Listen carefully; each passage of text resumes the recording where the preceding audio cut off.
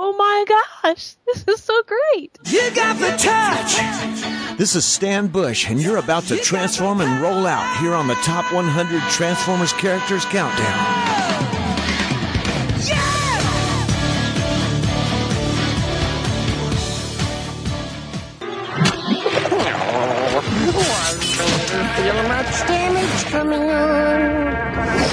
Oh, come on, Waspinator, cheer up. Welcome to a very special episode of the All Things Transformers brand here at the Geekcast Radio Network.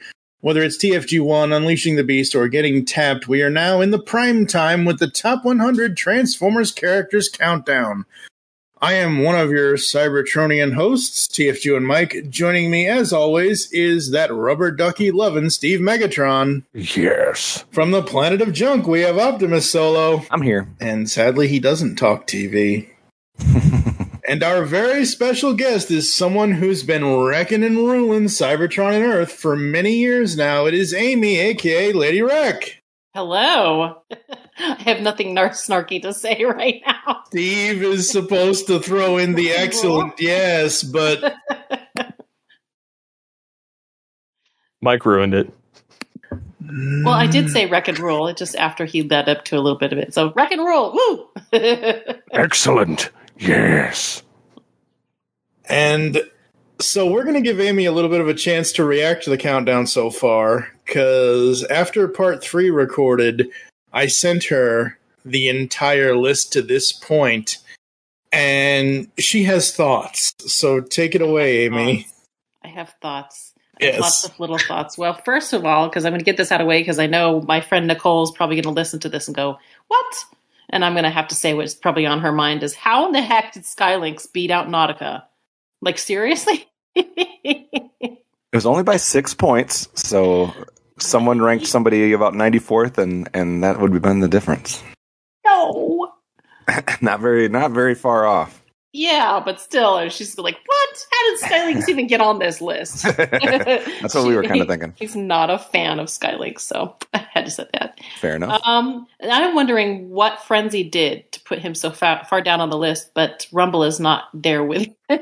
He probably screamed in somebody's vocal processors. Yeah, I would have thought that a lot of people would have ranked them like next to each other. Yeah, or at least within, a couple of each other, but, when you have Trouble and his buddy or whatever, and his twin brother, they usually run together. PB&J, Frenzy and Rumble, right? Kind of go together. Okay, I hope McAdam is not ignored somewhere on this list. Oh man, I don't think anybody remembered that character. Sadly, Nope. Somebody hasn't been watching their Cyberverse. He was amazing in that. He was great in that. Yeah. Especially since, like, hey, you put the Quintessons on there, but not McAdam? What? At least he transformed. True. But we never got to see what he transformed into, so. No. Darn it. That also brings up my next point, is why are the Quintessons on here, or is it Quintessons? I think there were some characters that got, we did mention, no humans, so to speak, for the list, but I think some people tried to sneak some other stuff in there because we've got the Quintessons, and there may be, I don't know if there's another one in there that might not count, but we'll have to wait and see. Yeah. Somehow he got on that list, and I was like, well, it's more of a race than just a specific person. Right. And, I mean, in that case, like, where's the GCRN or the Scraplets? Yeah. Very true. Because I thought about putting those guys on there, but I didn't. Yeah, they didn't put the Hate Plague. They didn't put, the Sharkticons. I think I voted for the Sharkticons. Somewhere. 99, I don't know.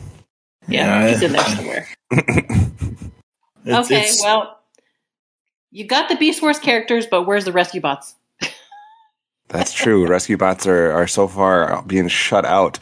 Also, just to give a couple notes before we go too much further, I have the running total so far as to where we're at through that first 50 with a few of the categories that we've been looking at throughout this thing. So far for Beast Wars, Steve, we've revealed 6 Beast Wars characters on the bottom half. Females, we've had 5. So one more Beast Wars character than female characters. As far as the good versus bad battle, so far the good guys are leading 29-21. Go. So just there. Autobot cars, we've only seen 3, which is the exact same number of combiners. The actual combined form and the Dinobots are all 3s. So they're so far leading the charge ahead of the cassettes, which we've seen 2 of. The Insecticons we've seen 2. The Headmasters we've seen 2. We've seen 2 base kind of characters. And only 1 Pretender and only 1 Seeker in the bottom 50. Mike, any thoughts about any of that stuff? It's going to be an interesting list. It may have taken us 12 years to get to this countdown, but I think we're going to make people a lot happier in these final parts of the revealing, and I think that we won't be as clickbaity as other websites are with their stuff. The other category I forgot was mini vehicles. We've seen 5 in the bottom 50. Lady Rec, any other surprises or reactions to any of that stuff that we just went over? I'm sure that if I sat here and looked at it long enough, I'd be like, "Hey." But those are my big ones, actually. So all right, Steve, any reactions to that? What are you feeling with 6 Beast Wars characters revealed so far? No. Every time we get to a Beast Wars character, I'm afraid to reveal it because I don't know how Steve's going to react. I can already tell you his reactions from knowing the guy so long as we've known him. It's like, what the frag? I feel like there isn't a day that goes by that I don't watch an episode. Yes, we know. But I feel like some of the times he's going to be happy that they made the countdown, and other times he's just going to be mad that they're not higher. So I never know which way we're going to go. It's both. But I mean, we can only do so much to please Megatron. So Yes. Nobody wants to please Megatron. Everybody wants to defy him. No one defies Megatron and lives. Thank you for that, Megatron. And today we give you the 4th installment of the Top 100 Transformers Characters Countdown. Remember, no human germs. Well, today we will be revealing who came in at the numbers 50 through 26 rankings. Wow. Cool. It is very cool. So, Optimus Solo, what do we have to look forward to today?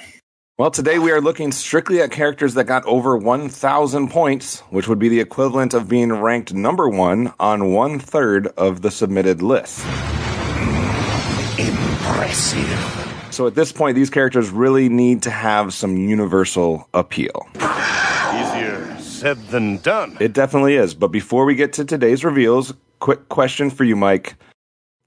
Last question about looking back at what's been revealed so far. Who were you most surprised that did not make the top 50 that's already been revealed? Say no more. Request lines are open. My buddy, my boy, my radio DJ, it has to be Blaster. Because Blaster, say what you will about him, say what you will about wherever he's appeared, what he was able to do and what little episodes he was in the original G1 cartoon plus the movie, he deserves to be a little higher than what he actually is. You do know that was crazy. Yeah, Rat Trap, you agree with Mike? You think he shouldn't have been revealed yet either? I don't think so. And I really don't think so. Well, I'm sure you guys are not alone with disagreeing with some that have already been revealed, but instead of dwelling on who didn't make the top 50, today we get to reveal who did make the top 50. Well, since you're the one who knows the way, go ahead. Lead on. You are correct. I am the only one who knows who is about to be revealed. So, give us a scoop. Okay, let's get into it. An excellent idea. Waspinator say time for number 50. All right, starting out today with our number 50, as you just heard, we're starting off with an Autobot car, our 4th of the countdown. We already talked about Sunstreaker on the other side of the 50 mark, and now we get his friend Sideswipe. So Sideswipe is our number 50 pick. When we're done with them, they're gonna wish they'd never been assembled. Ranged anywhere from being ranked 5th overall to being ranked 94th overall. So ran the gamut. I think the most frequent spot that he was either in the 70s or the 50s Mike, what do you think about Sideswipe being here at number 50? Sideswipe is another one of those characters voiced, at least in the original G1 cartoon, voiced by Michael Bell, that I felt like he needed more in G1. I think most people remember him for giving his rocket pack to Optimus Prime, which is kind of sad, that and Jet Judo with him and Sunstreaker. But Sideswipe has gone on to do so many other things. His IDW run is such a sad, sad story. I always preferred Sideswipe over Sunstreaker. I think we talked about that a little bit in the last episode, so I'm happy with him outscoring Sunstreaker slightly. I was just a little bit bigger of a fan of his toy as well as his cartoon form. Steve, what do you think about Sideswipe making the top 50? Oh, I'm pretty happy about it considering he was in my top 50. So Nice. he was my favorite out of the two twins there of Sunstreaker and Sideswipe. But I also liked him from the Generation 2 comic and just in the original Transformers. So not to mention, I think he was the only Autobot that I owned that was an alternator. Okay. Alternators, man, that's a whole can of worms right there. Yeah, it is. Talking about needing a whole afternoon and it's like you need the biggest set of directions to get that right. Like, if people can do the alternators without looking at directions, hats off to you. I feel like they're the most complicated Transformers to ever have existed. That's why I only had one. Yeah, I stopped after I got the fourth one. I'm like, I can't keep doing this. But they look cool. Any of them. They look cool. Lady Rec, what do you think about Sideswipe? I think it's a great place to put him. Yeah. Yeah. It seems earned. I don't remember where I put him in my list. I think he was a little further down. Actually, I think he ended up, I'm looking at my list real quick. Oh, I put him at number 58 where Sunstreaker is. Oh, nice. That's pretty close. That's crazy. I had him at 57. I had him at 57 and I had and Sideswipe at I had Sideswipe at 57 and Sunstreaker at 58. I had Sideswipe a little bit lower. I had him at 66, but the majority of people, like I said, we have a 47, 53, 54, 54, 56, 56, 57, 58. So a lot of people had him around this spark. So I don't think there are going to be too many people that are upset at Sideswipe coming in at number 50. We'll be interested to see how many more Autobot cars we have coming in this section of the countdown today. But let's see where we go with our next selection. Let's hear Mighty Galvatron from number 49. All right, time for our final tie of the countdown. We had a few in those first couple episodes. This is the last of them, so we'll go with the person that lost out in the tiebreaker. They both had 1,065 points. They were both on 17 lists, which is there's only one person on less list today. 16 would be the lowest. So they're both on 17 lists, which gives them an average of 37.4. But one of them was as highly ranked as 4, and the other was as highly ranked as 2. So that's what's going to settle the tie. So we're going to go with a character known by the name of, and I'm hoping you guys can help me on this one because I am not super versed on this one. We're talking about a character named Overlord. I'm really sorry I had to do that, your mistressness. I don't need your permission to go anywhere. I'm Overlord. Hi. Oh no! Oh no! Oh no! This is all Combiner Wars. Yeah, he was in Combiner Wars, but this is all Amy because this is all. Oh God, he comes in at 49. Oh my! Take it away, Amy. Yay! So, the baddie gets it in the first top 50. That's pretty awesome. I love that. So you're a fan? I am a fan of Overlord, especially after, Wreckers. Yeah, that's all I know about him. I didn't see him in anything else, so I have no context for anything beyond Wreckers. He was the brilliantly awesome bad guy with the really cool lips. He also appeared in the Super God Master Force cartoon, apparently. Nice. And I'm trying to see where else he was at. Victory cartoon, the Zone cartoon, so a lot of the Japanese stuff that he appeared in, which is why I'm not super versed in him because I've yet to go through those, but it's on my to-do list. And then obviously a lot of the IDW stuff. Mike, other comments on Overlord? I just remember him being this badass, sadistic villain. Like he in the IDW continuity, the 2005 continuity, He put almost every other Decepticon or any other villain outside of Unicron to shame. Has he been, as far as his forms go, has he, because I know at one point, I guess this would be like the G1, was he kind of like a base in G1? Or was he more of a vehicle? God, I can't remember. See, the thing with the IDW continuity is that he always changed, I think, didn't he, Amy? Didn't he? He was a phase sixer, is what. That's right. Okay, he was a phase sixer, at least. So he like six shot against six shot and yep. What is it? Gotcha. Oh crap! I can't. And he's a power master. Yeah. Okay. Steve, any thoughts on Overlord? While I like him, I didn't personally list him, but that's because I just don't have the appreciation, I guess, that everyone else does. I'll admit I was ignorant of his existence, so he did not make my list because I didn't know he was a thing. So, but a lot of people ranked him 17. I love that. I love on the TF Wiki and his top image in the article for the Master Force version. Check out those killer abs. Nice. All right, so Overlord takes the 49th spot. We'll see what we have next. Oh no. Rhinox, maximize! Roar! It's time for number 48. All right, time for Steve's first reaction of the day. Oh, winning the tiebreaker against Overlord, also on 17 lists, etc. We're going into the world of the Beast Wars for a maximal here at number 48. He was as highly ranked as number 2 on Benson Yee's list, as lowly ranked as 95th. 3 people had him ranked 15th. So that was the most common ranking spot, and one person had him 16th. Steve, we're talking about Rhinox. What do you think about Rhinox being at 48? I come in peace. You're about to leave in pieces. No need for violence, Rhinox. I merely wish to talk. Go ahead. It's a free planet. I'm busy. Stubborn Maximal fool. He'll soon regret this impertinence. I'm glad he hit the top 50 at least, because he is pretty well renowned in various continuities.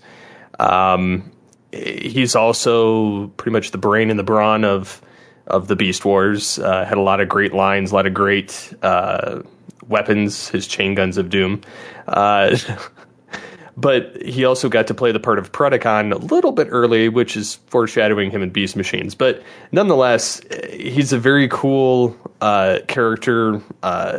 He has his dark side, but he also has the side that just loves to smell the roses. And I know Mike's favorite part is when he... What's wrong? Wild bean vines. Hard to digest. Do not turn your back on me, Maximal scum!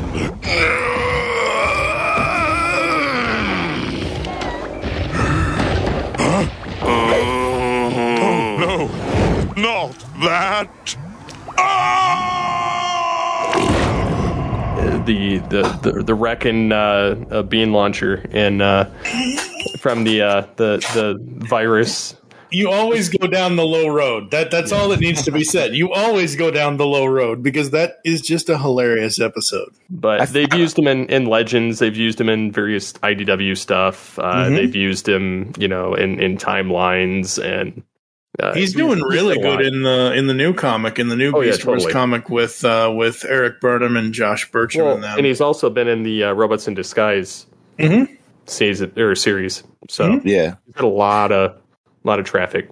I feel like his character is a lot similar to like a Bulkhead in animated or Prime, especially in Prime, like kind of takes over that Brawn role. I I'm with you, Steve. I'm happy that he's in the top 50. I actually would have had him in the next episode. I had him ranked 23rd, so I had him just creeping into that next episode. And I was not alone. Like I said, there was 1, 2, 3, 4, 5, 6, 7 people that would have had him in the final episode, whereas about 1, 2, 3, 4, 5 would have had him today. So I feel happy that he's in the top 50. I'm interested to see how you guys react to the order that the Beast Wars characters fall, because obviously Rhinox is one of the main Maximals and probably a favorite of a lot of people, but we'll see how he kind of lines up with the rest of them. Mike, what do you think? I think he kind of serves the purpose of, as you said, the bulkhead type, but with one exception. Rhinox, he has a lot. He's a lot wiser than Bulkhead is, but Bulkhead is wise enough to know he's not that wise. You know what I just thought? That it's going to be. I'm going to have to be very careful for the rest of the countdown not to say anything about Kingdom. Oh yeah, no, can't say anything. Cannot say anything. So I was just about to, and I'm like, oh, can't do it. Even though this will come out afterwards. Oh yeah, wait. This is like. Or maybe I can. The end of August? You can, but it would depend on the panel. I was going to say you can. Okay. I'm just the only one that hasn't seen it, so no problem. I won't spoil anything. Okay. But maybe what do you? Next episode, right? There we go. What do you think of Rhinox being here, lady? I'm completely cool with that. I didn't give enough love to the Beast Wars characters. Sorry. Oh, Steve's going to be after you. But he probably didn't give as much love to the Wreckers, so nope. Figured that he didn't. So mine was, of course, Wrecker centric in a big way. So I expect it. But that's why that's what was nice about. That's what was nice about having as many people participate as we did, is because a lot of different parts of the fandom and different parts of the franchise got to have their supporters and got to have, representation. When you have if we would have only had, say, 10 people participate, then everything gets skewed a lot more. When we're up to 33 list, it helps balance that out so everybody can have their favorites and it kind of all works out well. We're seeing. I went back and forth quite a bit going, okay, should I really just go full all Wrecker on this? Or we did have some people that had some interesting lists when you look over them, but we'll get to that later. But Mike, one thing that we've learned after doing however many top 100 lists we've done now, I keep forgetting the number, but this is I think the 7th one. Okay. What we usually find is in the previous 2 episodes, the bottom 50, that's where somebody can really just have a favorite character, or there's a few like just really pulling for somebody that they can sneak them into the countdown. Once you get to the top 50, it's pretty hard to sneak someone in. You have to have that universal appeal where you're showing up on, every list, almost all the lists, or half the list, or getting ranked. A lot of people ranking you high, so it's hard for anybody to get to this point without some appeal. Right, and specifically to Transformers, because even though we weren't really going by generation, because as we've said in the other episodes, we would have Soundwave from this generation, Soundwave from that generation, blah, blah, blah, blah. There are specific versions, because they are so very different in their characterization, that I tried my best to get certain ones in, and I know how the point system works. So you're trying to play the system. I see. No. Well, I don't know. I mean, there was 33. There was 32 other people that submitted lists. So I don't know. But like in making my list, and I'll say this now, I don't care. It doesn't matter to me. I have IDW Rodimus at number 1, and I have IDW Megatron at number 3. So because I don't know how many other people are going to vote for those versions of those characters, and I just like what they did with those 2 in IDW. All right, we'll have to see what happens with those, but we've had one up Steve's alley. Let's see what happens today. Are we going to have more Beast Wars characters or more Wreckers? We'll see what comes next. Let's hear it for number 47. All right, number 47. Steve, it was your turn last turn. Now it's Amy's turn. We are going to a character here at 47. A Wrecker, goes by the name of Whirl. Whirl, move!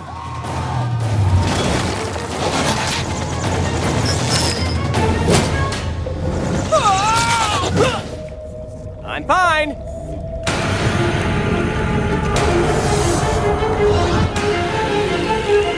I'm not fine. Oh, no! Worrell was on 18 lists, so one more list than Rhinox and Overlord. Average ranking of 40.2, but he comes in here at 47. Let me look at the way that people ranked him, though. Obviously, Lady Wreck and Sam both had Worrell up at the number 3 spot, but we had 5 people that had him in the top 12. And then another 3 people that would have had him in next episode. And then, about 3 or 4 people that would have had him today. And then a few people had him in the 60s, 70s, and 90s. So we will start with Lady Wreck. What do you think of your number 3 pick falling here at 47? Your alter ego. It's a little low, but at the same time, I'm super psyched. I like it. Yes, I really like it. So why Worrell out of the world of the Wreckers? What do you think makes him deserving? Deserving. Well, he hasn't just been in Wreckers. He's also been on, he was in Cyberverse, and he was also in the iteration after Rescue Bots, the Rescue Bots Academy, apparently. I think I haven't seen a lot of it. So, he's kind of been out there a bit in the last 5 years. So I'd say, he's kind of gotten into everybody's brain pan, and it's great to see him on the top 50. Yeah. I feel like he's one of those characters that was kind of an unsung character or like almost a forgotten character in G1 that has since become so much more and so much more appreciated, so much more loved out there. There's been a few of those that have kind of grown as the time has passed. So I would put him in that group. He falls in that big yeah. Group, and the difference is where he falls and where he is really shining. And again, by the end of this, I will find a way to get you to read the 2005 IDW continuity, because the 2005 IDW continuity does an excellent job with Worrell. And the fact that Worrell, the reason why I said Worrell is Amy's alter ego is because she loves the character and Nicole loves Cyclonus. Well, in IDW 2005, Worrell and Cyclonus hate each other. Gotcha. Which that's not anything true to what Amy and Nicole are, best friends in real life kind of thing, but it's like, great. They hate each other, but they learn to love each other. Yeah. Though. They grow to like each other to a point where, like, Cyclonus is having a bad time, and Worrell is giving him, he's giving him all the shit. TF Wiki is not just giving him the shit, he's actually giving him support. I'm like, true. Oh my gosh.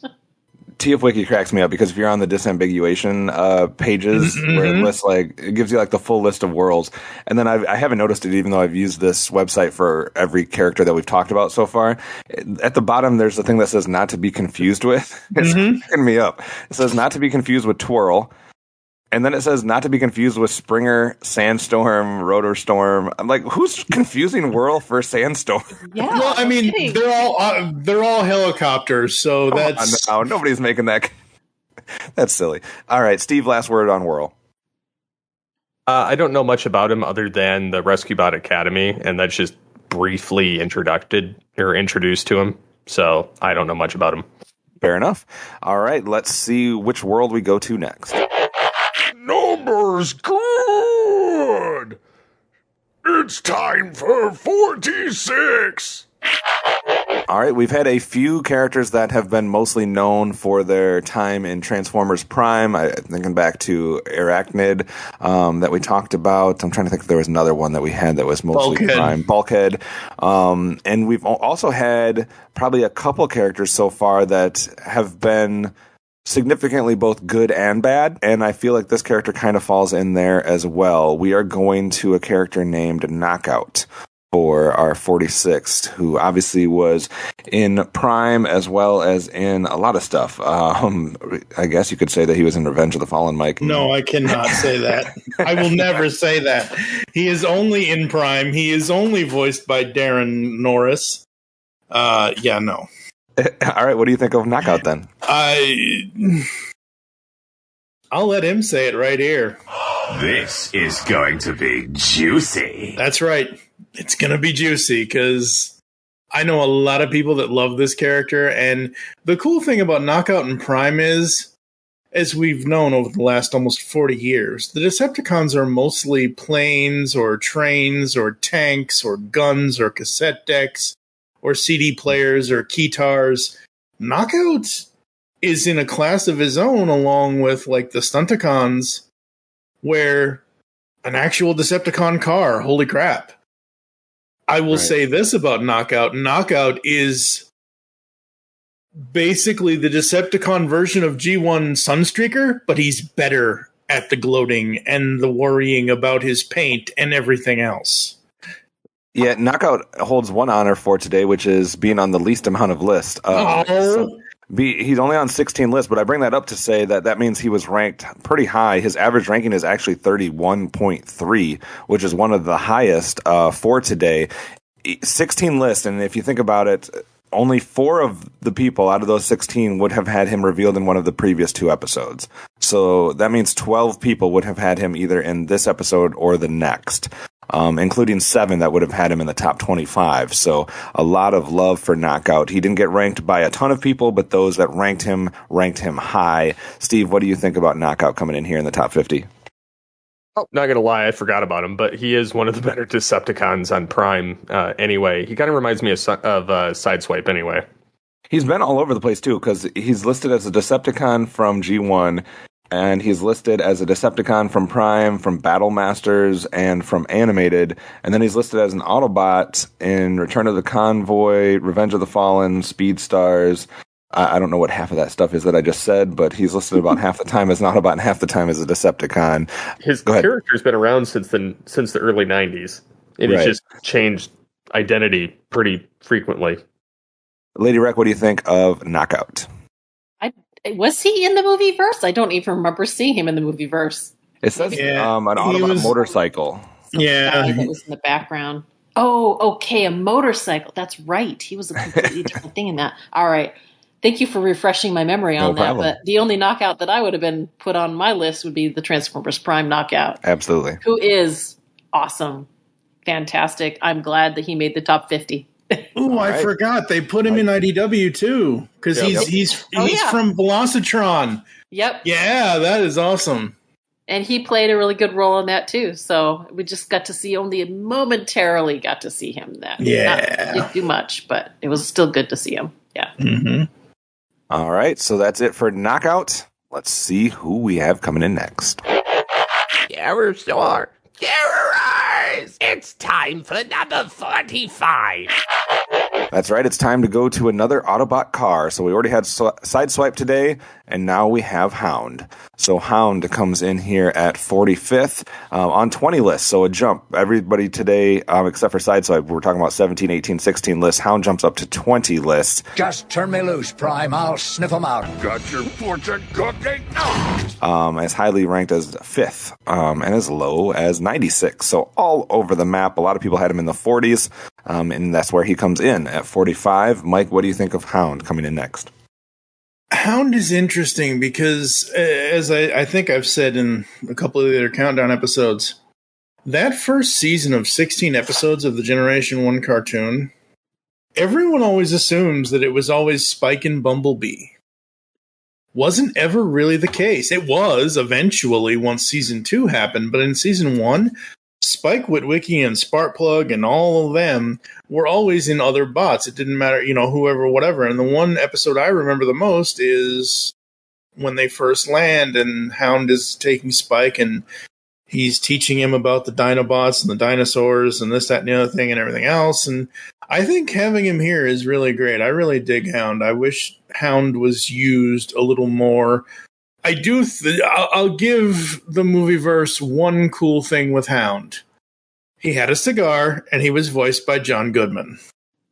Yeah, that's true. Pia had him ranked 5th. He was the highest ranker. I find it interesting, though. I feel like what this shows us about the countdown is just how many good characters there have been in Transformers, that we have a character like Hound who's been around for so long, who seems like, just an iconic Transformers character, and we're seeing him here at 45. Like that just shows how many good characters there are still to come. And if you look at it, he was ranked by 20 people. 10 of those 20 would have had him in today's episode. So I feel like we're in agreement with where he should go as far as those who ranked him. Steve, what do you think? I'm really happy for him to be here. He was one of my favorite G1 characters, actually. Just kind of interesting, kind of. I mean, he kind of enjoyed what he was around, despite the fact of the situation. So it was in a sense kind of like how Rhinox is that way. But he's not afraid to get his hands dirty, and so that was nice too. So I liked the appeal of him. I liked his characteristics and his voice in the original series. Absolutely. Lady Rec, last words on Hound. Love the character. I didn't vote him this far up. I don't remember. I have to look and see. But yeah, no, he's great. I think it's a good spot for him. Well earned. All right, so we're going to have to see what's next. And actually what's next is going to be coming something that we have not seen since the first episode. So let's see what that is. Starscream here. It's time for number 44. If only it were Megatron. All right, so in the first episode where we revealed 100 through 76, we had 2 cassettes. We went all of last episode without having any. So let's rectify that with getting another cassette right here. And we are talking about one of Soundwave's cassettes, and that would be Laserbeak. Laserbeak, all the way up here at number 44. But nobody had him higher ranked than 15. Laserbeak, you tinfoil turkey. So it was just a massive amount of people that had him in that middle ground. So a lot of 30s and 40s and 50s for Laserbeak. Mike, we had obviously Frenzy at 99, and we had Ratbat at 80, and then nothing now until we get to 44 with Laserbeak. What do you think? I had him at 21, and I thought 21 was good enough to get him a little higher than this. If you think about it, Laserbeak and to a slightly lesser extent Buzzsaw were the 2 main cassettes that Soundwave had in the beginning, and then obviously Rumble, Frenzy, and all of that. Ravage. Ravage obviously is another main one. But wow, I was expecting Laserbeak to show up in the top 25. I was opposite of you. You had him 21. I had him 84th. Really? Yeah, I don't know. Oh, me, the cassettes don't rank as high for me as maybe they do for others. I had one ranked higher than this, I believe, maybe 2, and it wasn't this one. So I had 2 other characters ranked a little bit higher than this one, but I don't know. Laserbeak just, it's hard for me with characters like Laserbeak because I like so much more when I get to, the dialogue and the character personality that comes out when you have somebody that has dialogue. And obviously Laserbeak doesn't get that for most of it. So for me, it knocks him down a little bit, I guess, whether that's fair or not. Go ahead. I don't know. I kind of agree with you, but I also agree with that Soundwave is essentially the voice. Like, he gives the instructions and they carry it out. Right. I mean, that kind of thing. Also, spoiler, not spoiler, that Laserbeak Air Razor chase was amazing. I don't care who you are. Once you see it, you'll see that was cool. All right. So, Steve, what do you think about Laserbeak? So far, that means 3 cassettes for Soundwave, 0 for Blaster. Well, to be fair, Blaster didn't really have very memorable cassettes. They weren't seen very often. I agree with Steve. They were not, because the fact that you can't really remember them outside of the movie, and they all were pretty much carbon copies, and Soundwaves pop out like pretty much every episode. And they're almost always Laserbeak and Ravage or Frenzy and Rumble. So Laserbeak has traversed various series between Generation 1, Armada, Cybertron, Animated, Aligned, the movies, and then, of course, Cyberverse. But honestly, I really feel like his character, there's not much there, but he's definitely memorable and has led to multiple issues in the original animated series of just because he spied on the Autobots and somehow managed to get past their security system, which seems oddly convenient. But he's definitely one of those ones that, despite not really saying anything or, just being a drone, more or less, you remember his name. Yeah. Lady Rec, are you surprised that so far the order has been Frenzy, then Ratbat, and then Laserbeak, or what do you think? No, I think this is well deserved. I'm with Steve. I agree. Laserbeak has spanned not only you forgot to put the games. He's been in the games too. That's true. So like he has literally been there all over the place. So I'm actually surprised that he didn't get higher. Although I did rank him at 50. All right, almost nailed it on the head there. Yeah, I ranked him at 46. So that was real close. Missed it by that much. All right, so I'm interested to see the reaction of the next one then. So, you want to rumble with Rumble, eh? So we get Laserbeak, one cassette at 44. How about another cassette at 43? We're going to go with Rumble at 43. First we crack the shell, then we crack the nuts inside. Almost identical. Rumble was on 3 more lists, so Laserbeak actually had a higher average ranking, but since Rumble was on 3 more lists, that gets him a little bit more points. Again, nobody had him higher ranked than 18, so 15 was the highest for Laserbeak, 18 was the highest for Rumble, just on enough lists to get him into this spot. So that means now we go Frenzy, Ratbat, Laserbeak, Rumble. Steve, I'll let you go first on this one.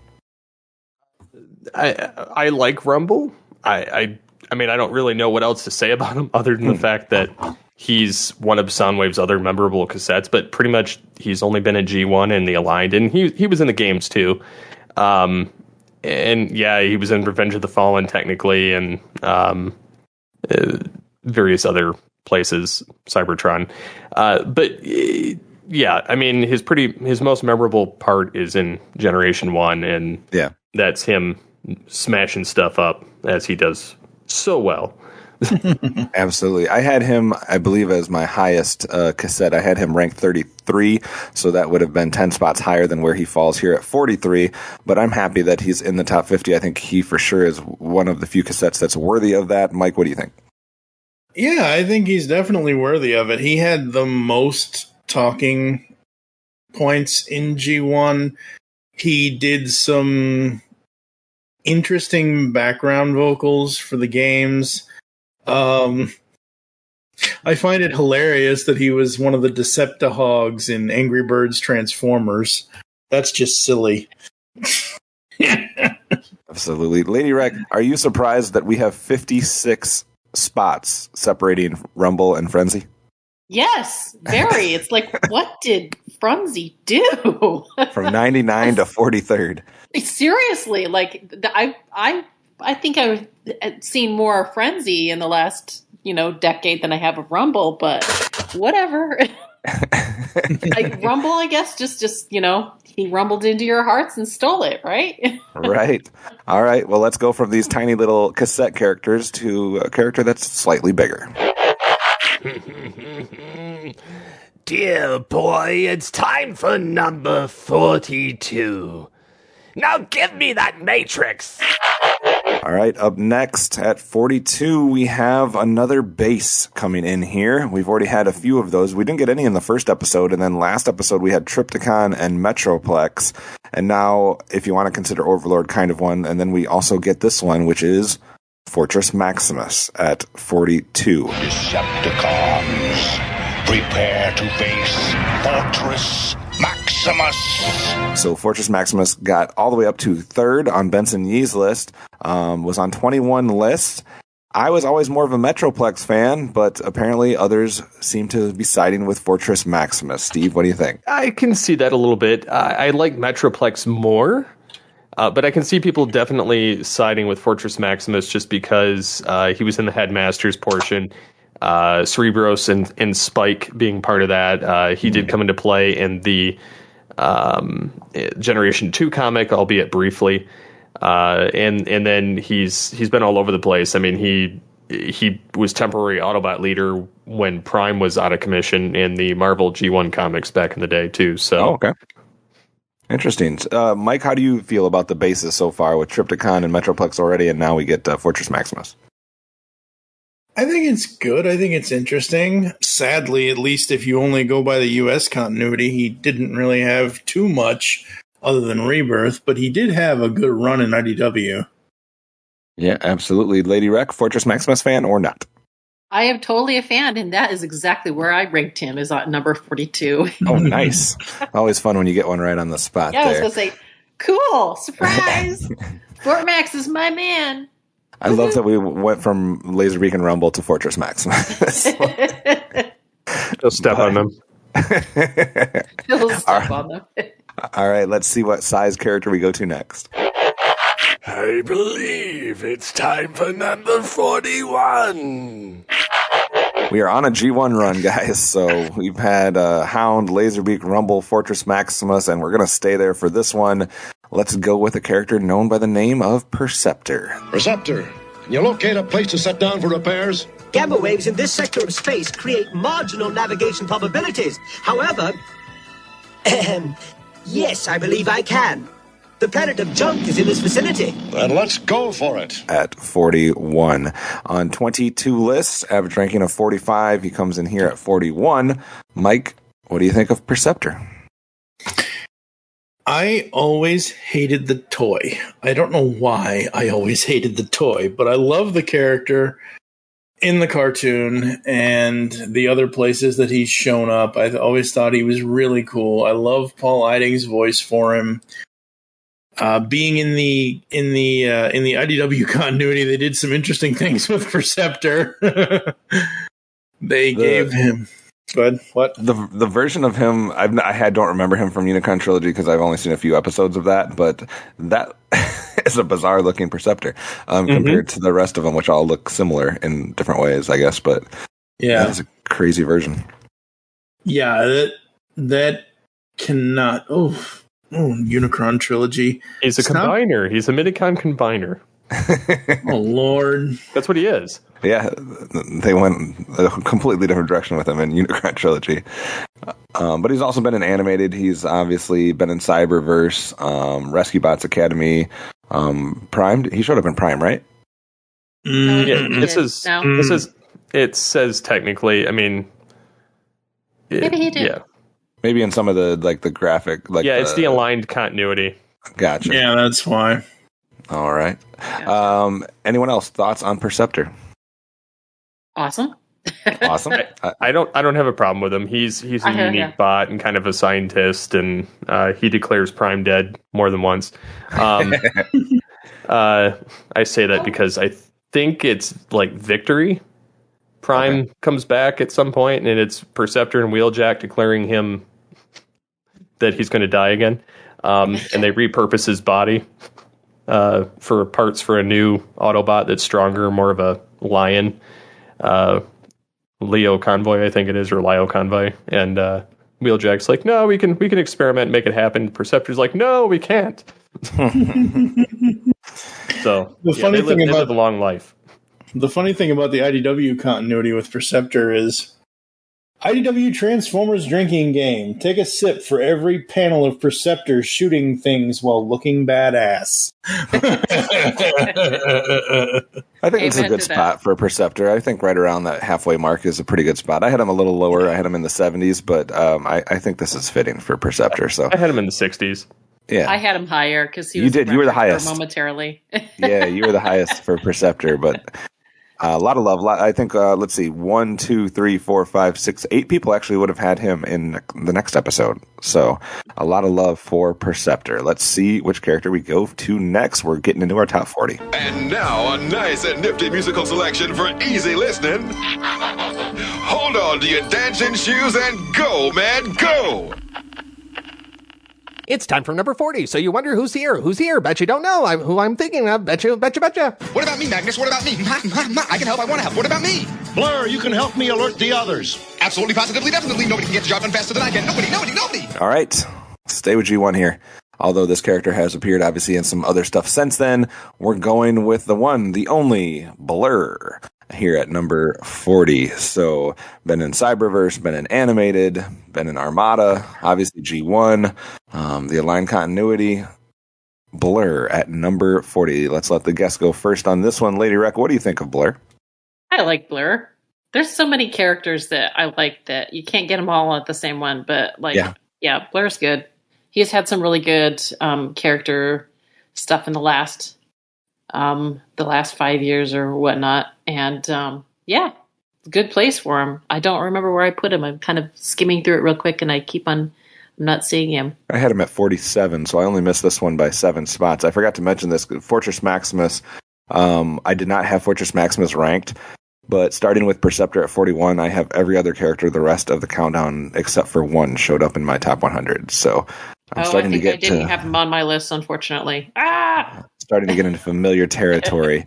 I love the character, yeah. Good.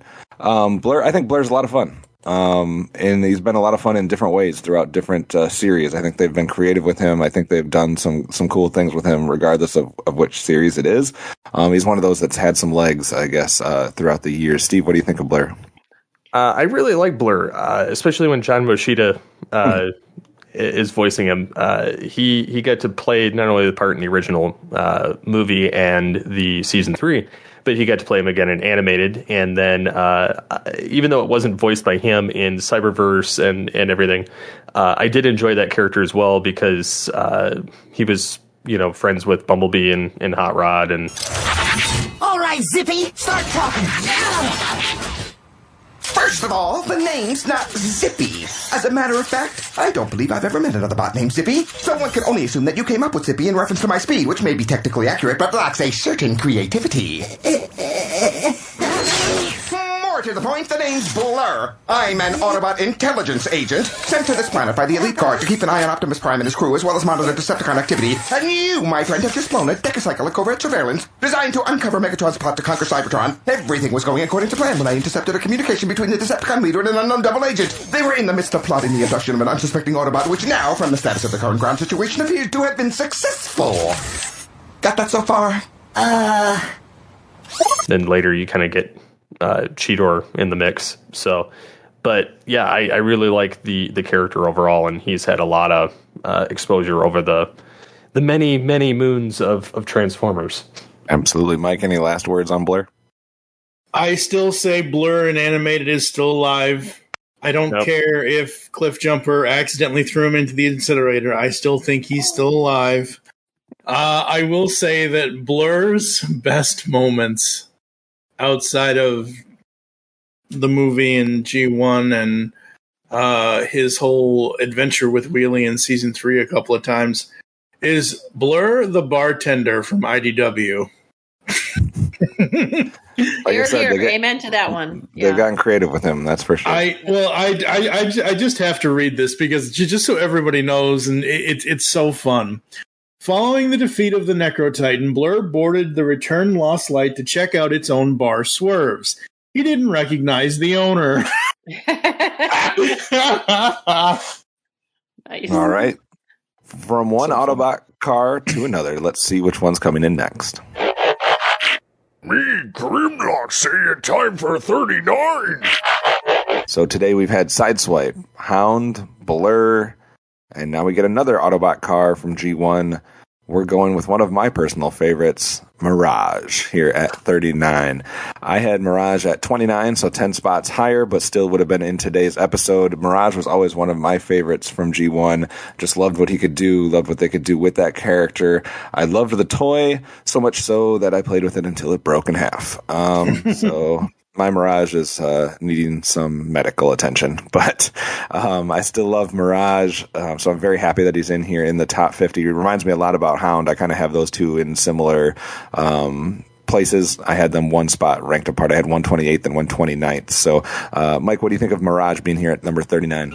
Now that's the smartest thing you've said all day. I love this. I think it's awesome. And sadly, the TF Wiki does not have a not to be confused with section for him. So I will say not to be confused with the Silverhawk ship. But I love Mirage. I love him in G1. I absolutely love how they did his stuff in Siege and Earthrise, how he did his cloaking because I remember when because again, Netflix is sometimes slow to do things, but when Hasbro released the toys, everybody was going crazy over, I think it was the Siege Mirage, because he had a Decepticon logo on. Everybody was going nuts. Oh my God, they made Mirage a Decepticon. We should riot like stupid fans that we are, kind of thing. And it's Mirage. Between him and Hound, they always use illusion. And again, not necessarily to bring in another franchise, but as we all know, illusion is the ultimate weapon. Mirage has been around forever and popped up in just about everything from G1, Marvel Comics, IDW Comics, Beast Machines. There's a character named Mirage. Robots in Disguise, Armada, Energon, the live action movie, animated, the Aligned Continuity, obviously, like we were talking about here with War for Cybertron trilogy. So Mirage is a constant character that they go to bring along with whatever series they seem to be doing. Steve, is Mirage top 50 worthy in your mind? Oh, I definitely think so. He's done so much, even the first episode of the show. I mean, he managed to pull one over on the Decepticons. So it's everywhere you look about it, I think he's a very important part of the Autobot army. Yeah, absolutely. 13 of the 20 rankers had him in the top 50.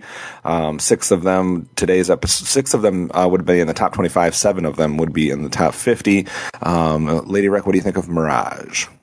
I didn't have him on my list, sadly, but that doesn't mean that I don't like him.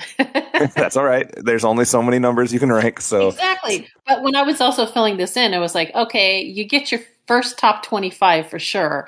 And then everything after that is like, oh my gosh, then you realize just how many characters you really like and where you want to put them. And yes, there's sadly going to be some that do not make the list. So he was one of them. Absolutely. Yep. All right. That's a lot of G1 characters in a row. What's that? 1, 2, 3, 4, 5, 6, 7 G1 characters in a row. Let's see if that streak continues next. Beast Wars Megatron at 38. I will kill you, Mike. So should we not do this next one? No, I'm just kidding. Well, I bet you thought this would be me, but it's not. No, give me number 38. Yes.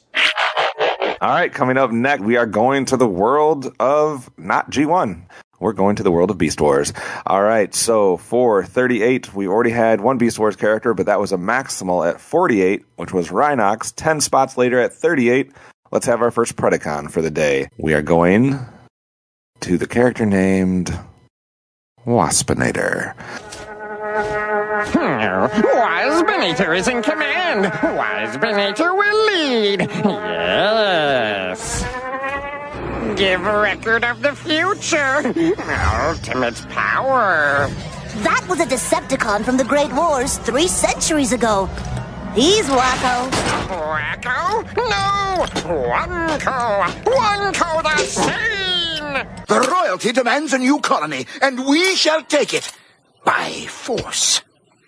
Yahoo! Now you're talking! How's about it, bug boy? You ready to rip? No. What? But the royalty commands. I said no! Dragonbot command you, Sub-Commander Kissbot! Dragonbot not command Waspinator! Not anymore! Waspinator, sick of being evil, sick of being Predacon! And Waspinator especially sick of getting blown to scrap all the time! So, Waspinator quits! As of now, which means Antbot and Two Heads can just pucker their mandibles and plant big, wet, juicy one right here on Waspinator's big, fat, stripy...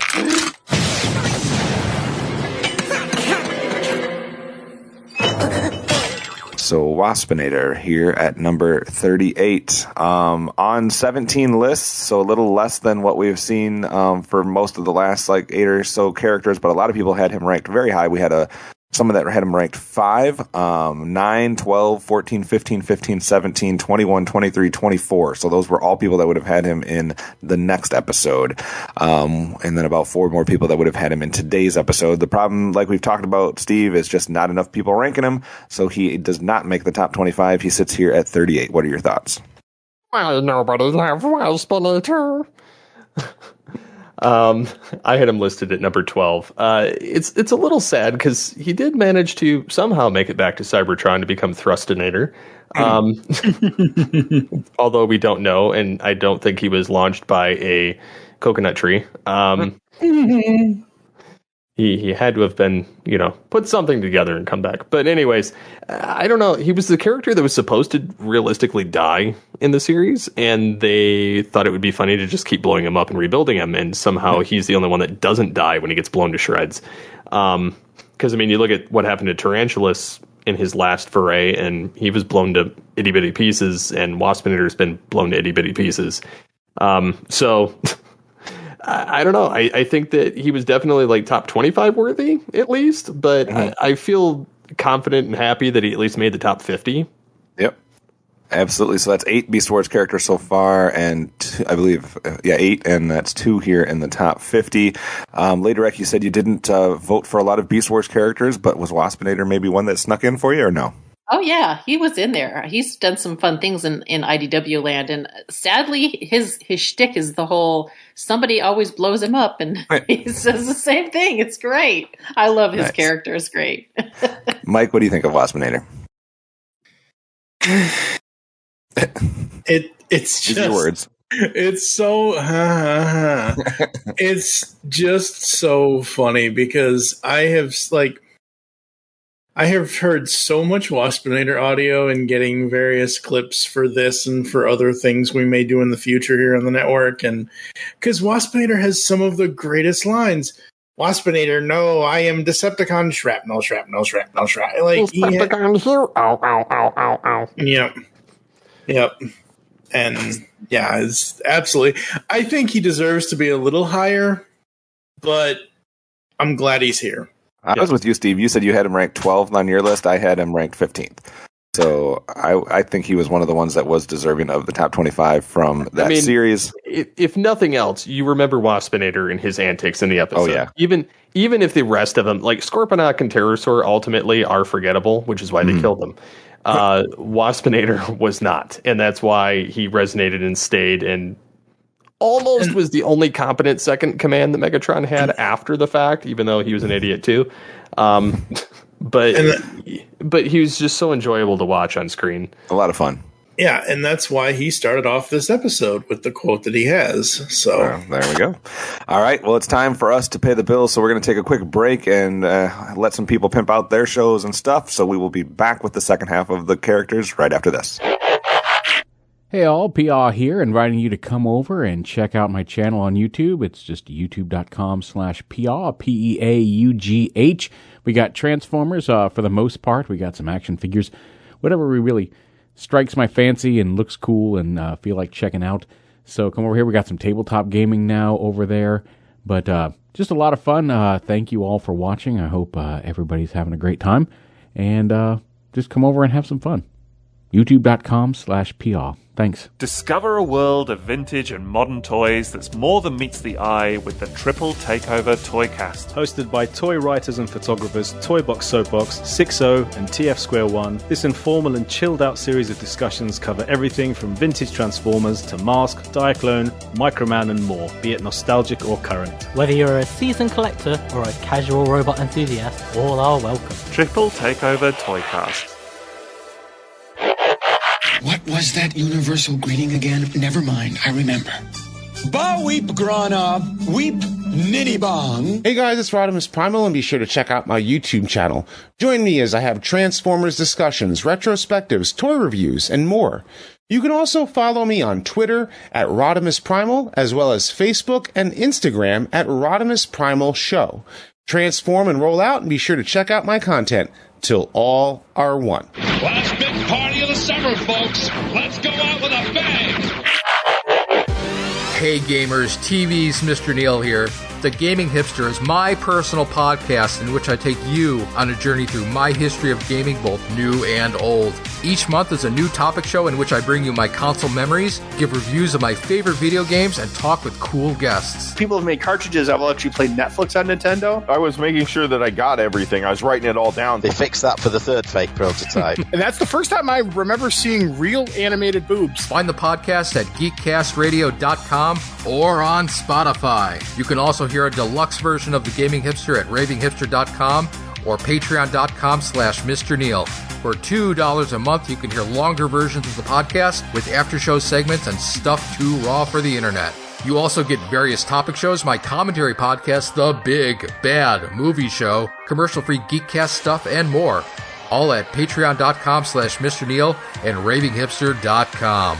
I, Starscream, have taken over Transformers Primetime. Call me Lord. No, Starscream, we will not call you Lord, but we will announce that the GCRN is bringing everyone Transformers Prime Time. That's right, before we get into the TFG1 redone, we enter the Prime Universe. Join your hosts, TFG1 Mike, Steve Megatron, Optimus Solo, and Pecan Court Michael as they cover all 65 episodes of Transformers Prime, the comics, the toys, and more. We will also have a commentary on Predacons Rising, interviews with writers, voice actors, and more. All in the latest Transformers review podcast from the Geekcast Radio Network. You can find TF Primetime on iTunes and www.geekcastradio.com.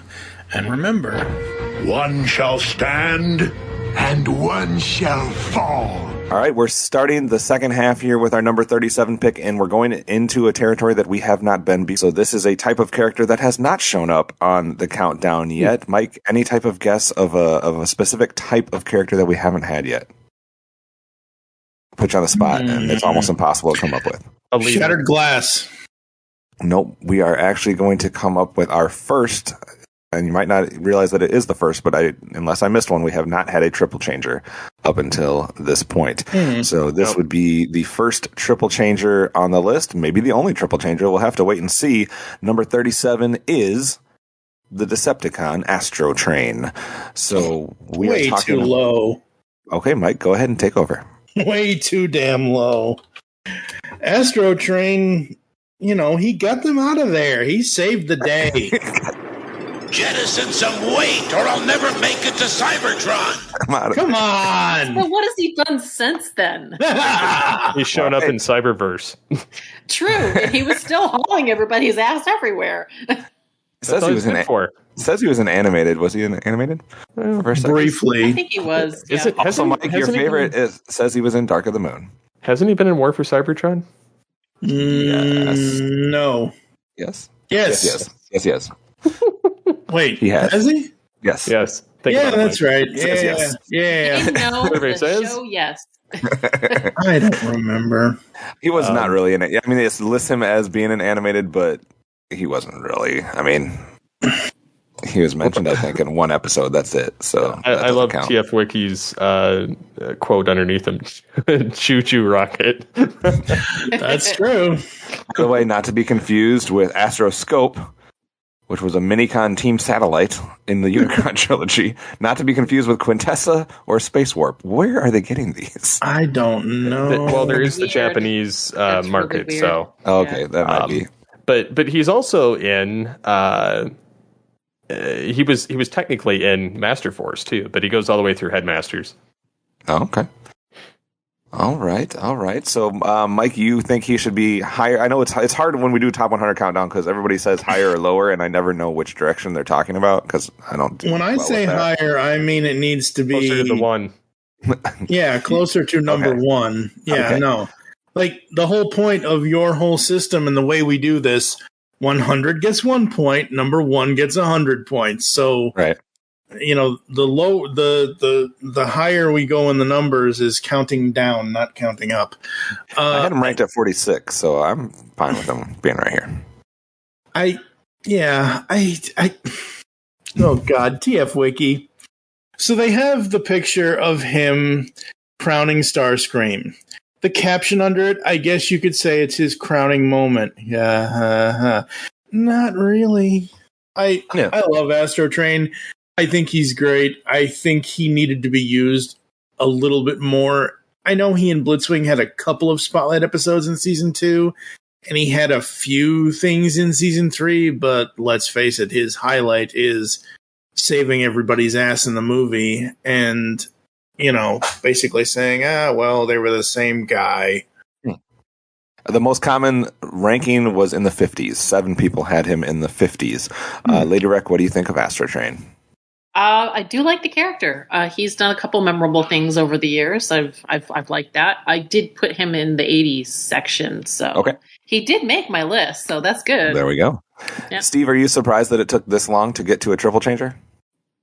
Kind of, but there's really only a few that are memorable, and that's Astro Train, Springer, and Blitzwing.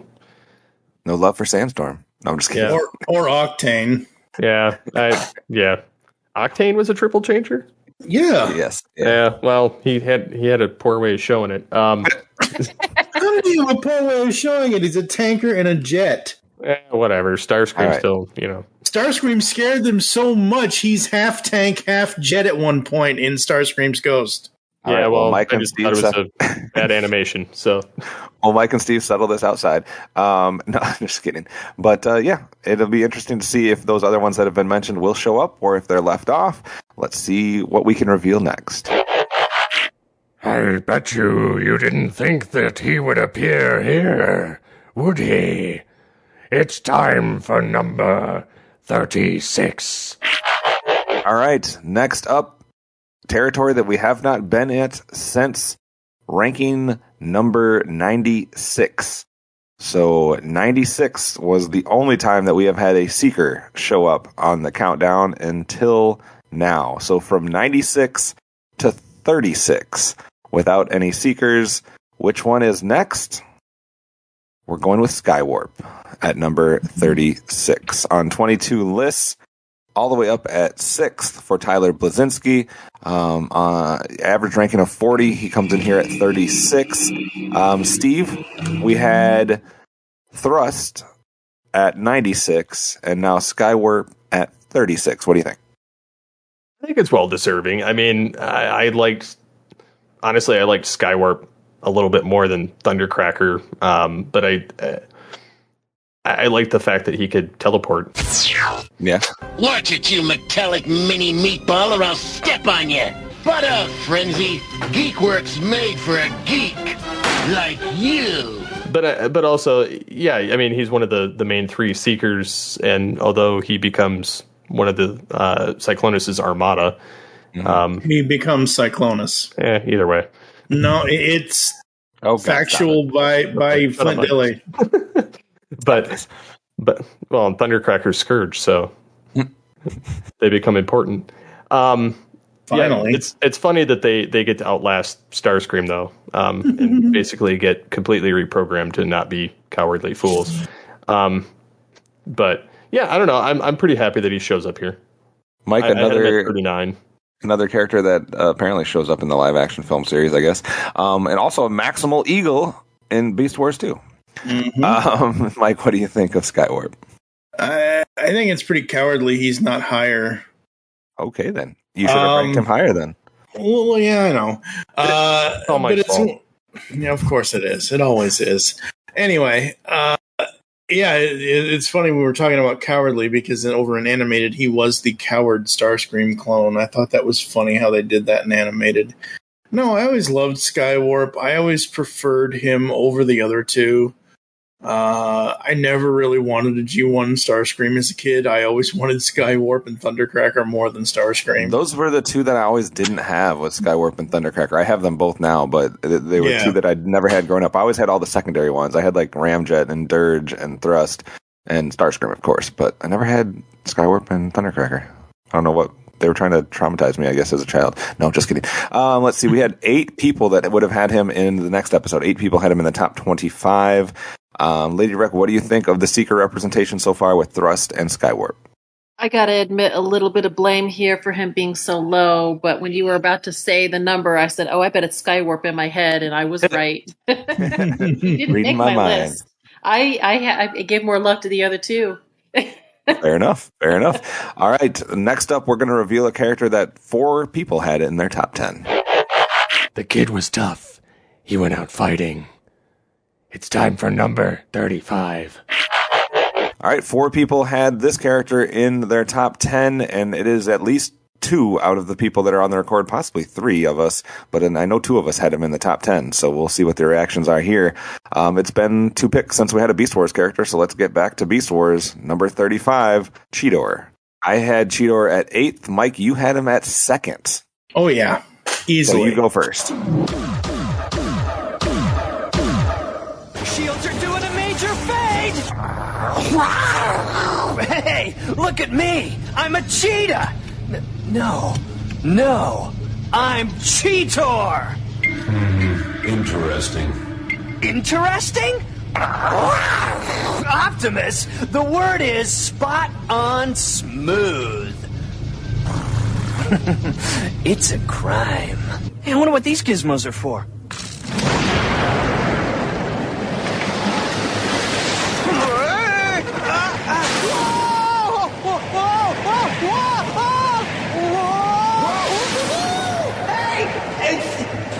How do you work these things? In fact, I think it's time to shred some bread. What do you say we give these new bods a test drive? I am transformed. So the reason why Cheetor made number 2 for me was because Cheetor is in Beast Wars throughout Beast Wars and Beast Machines, and I think we are kind of severely discounting Beast Machines at certain times in this thing, but whatever. Cheetor has a full arc from the beginning to the end. In the very first episode of Beast Wars, he's kind of like this preteen. By the time we get to his Spotlight Feral Scream 2-parter, he becomes a teenager. And by the time we get to Beast Machines, he's pretty much a young adult. He has this whole aging process throughout the cartoon. And what I loved about that was not only is it character development, Ian James Corlett slightly modified the voice as he went along to show you that this character is growing up throughout these cartoons.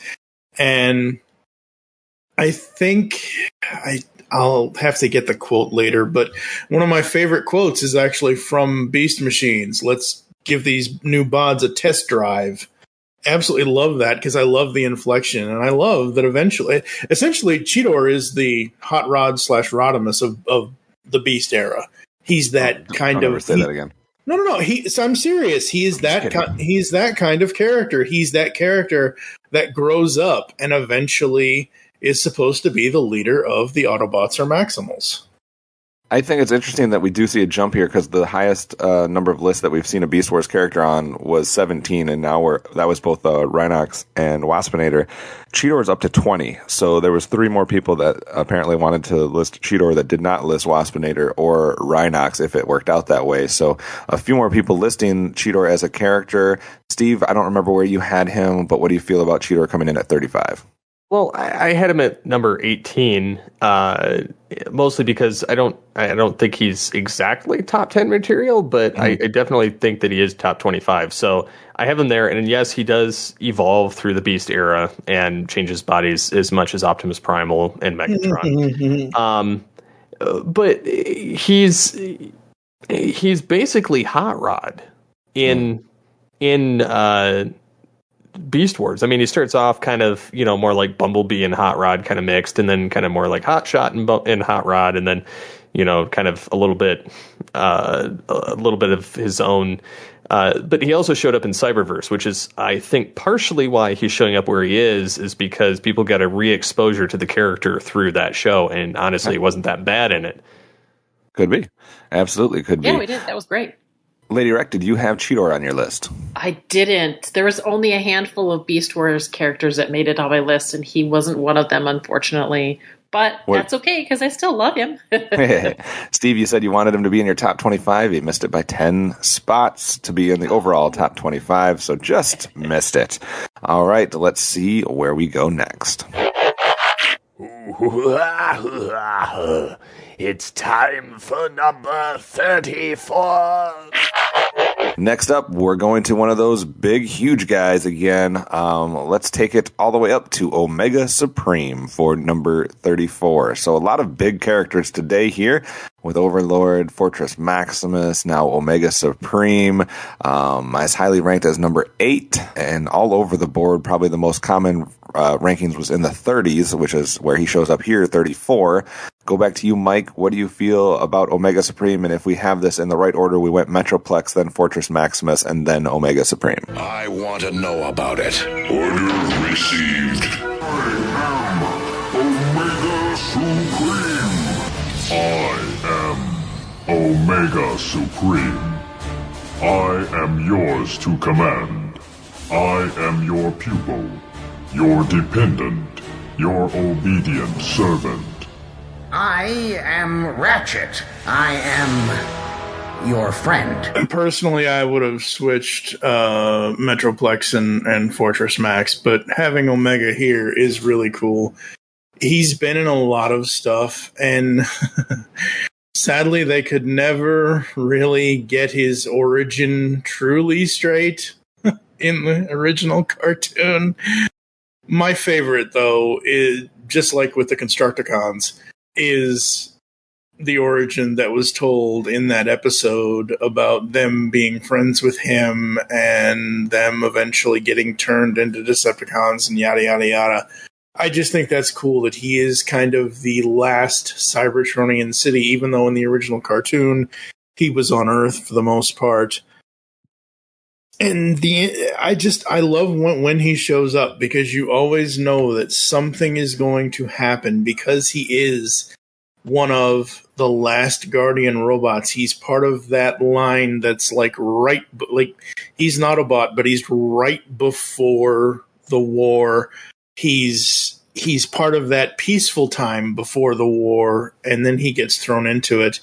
And I just love what they've been able to do with him throughout the years. I mean, the fact that they turned him into the ship in animated was really cool. When he shows up in the games, I love that. That's always cool. I always felt it was... I know what we said when we were talking about Metroplex and Trypticon, that it always was those two. The fact that Trypticon and Omega Supreme show up in, I think it's... Is it War or Fall? I think it's War for Cybertron. That they have those two kind of in there, and I was like, oh, I would kind of like to see a battle between Omega Supreme and Trypticon. That would be cool. He was always one of the toys that I wanted as a kid, but I did not have. I had Metroplex, and I love Metroplex, but I always wanted Omega Supreme too. Steve, what do you think of Omega Supreme coming in here at the 34 spot? Funny enough, I had him listed at 34. Actually, 3 people did. It's crazy. I think he's definitely worth it. I love the character, not only because he's just got this big booming voice, and it's Jack Angel too, but I love the concept that he's this rail car system with a rocket, and then he becomes this giant juggernaut robot. And it's a crazy transformation in the animated sequence. Oh yeah, and there's things that are just he's a parts former for sure. Right.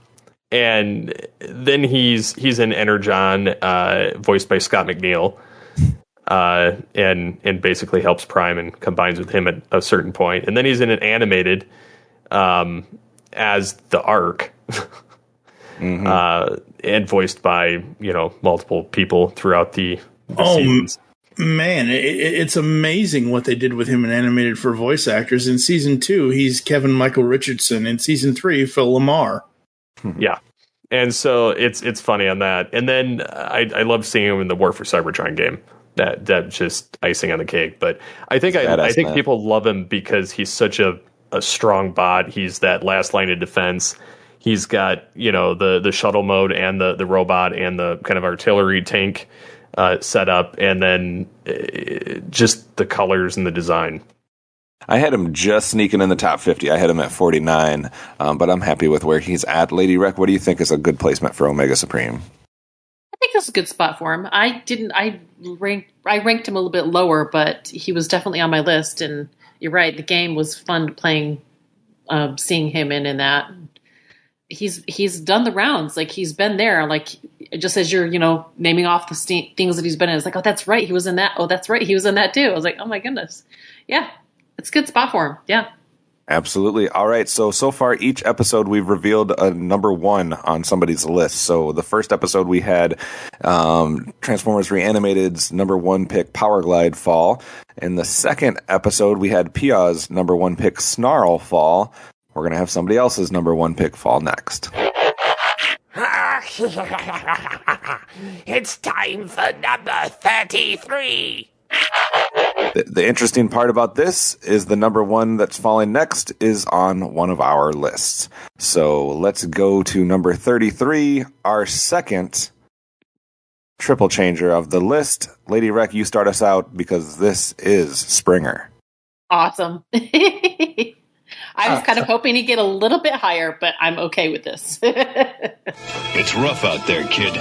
I am so happy that you had him ranked number one. When your list came in and you had Springer number one, I was ecstatic because I didn't know how much love Springer would get. I've always been a huge Springer fan, and I wanted him on the list so badly just to piss off Mike. But I had him ranked number 30, and he came in here at number 33. But I was happy with the amount of love he had because 1, 2, 3, 4, 5, 6, 7, 8, 9, 10 people had him in the top 30. He was on 25 lists, which is the most in the countdown so far. So we have not seen anybody appear on more lists than what we've seen with Springer right here. So I am happy. Let's go to Steve next so Mike can end with the negativity. Steve, what do you think about Springer being right here? I got better things to do tonight than die. I don't have a problem with him, honestly. I don't dislike the character. He's not my favorite by any means, but I don't dislike him. And I think it's kind of cool that he got to lead the Wreckers and basically was, second in command of the Autobots, whether it happened or not. But he was also in animated as one of the Cyber Ninjas. He's one of the few that have gotten multiple rounds. I mean, he was in the War for Cybertron as well, too, game. And but yeah, I mean, I love the fact that he's a triple changer. I like that he's voiced by Neil Ross, who we got to talk to a few years ago, and he's got the helicopter in the car mode. Out of those, like he's pretty well rounded.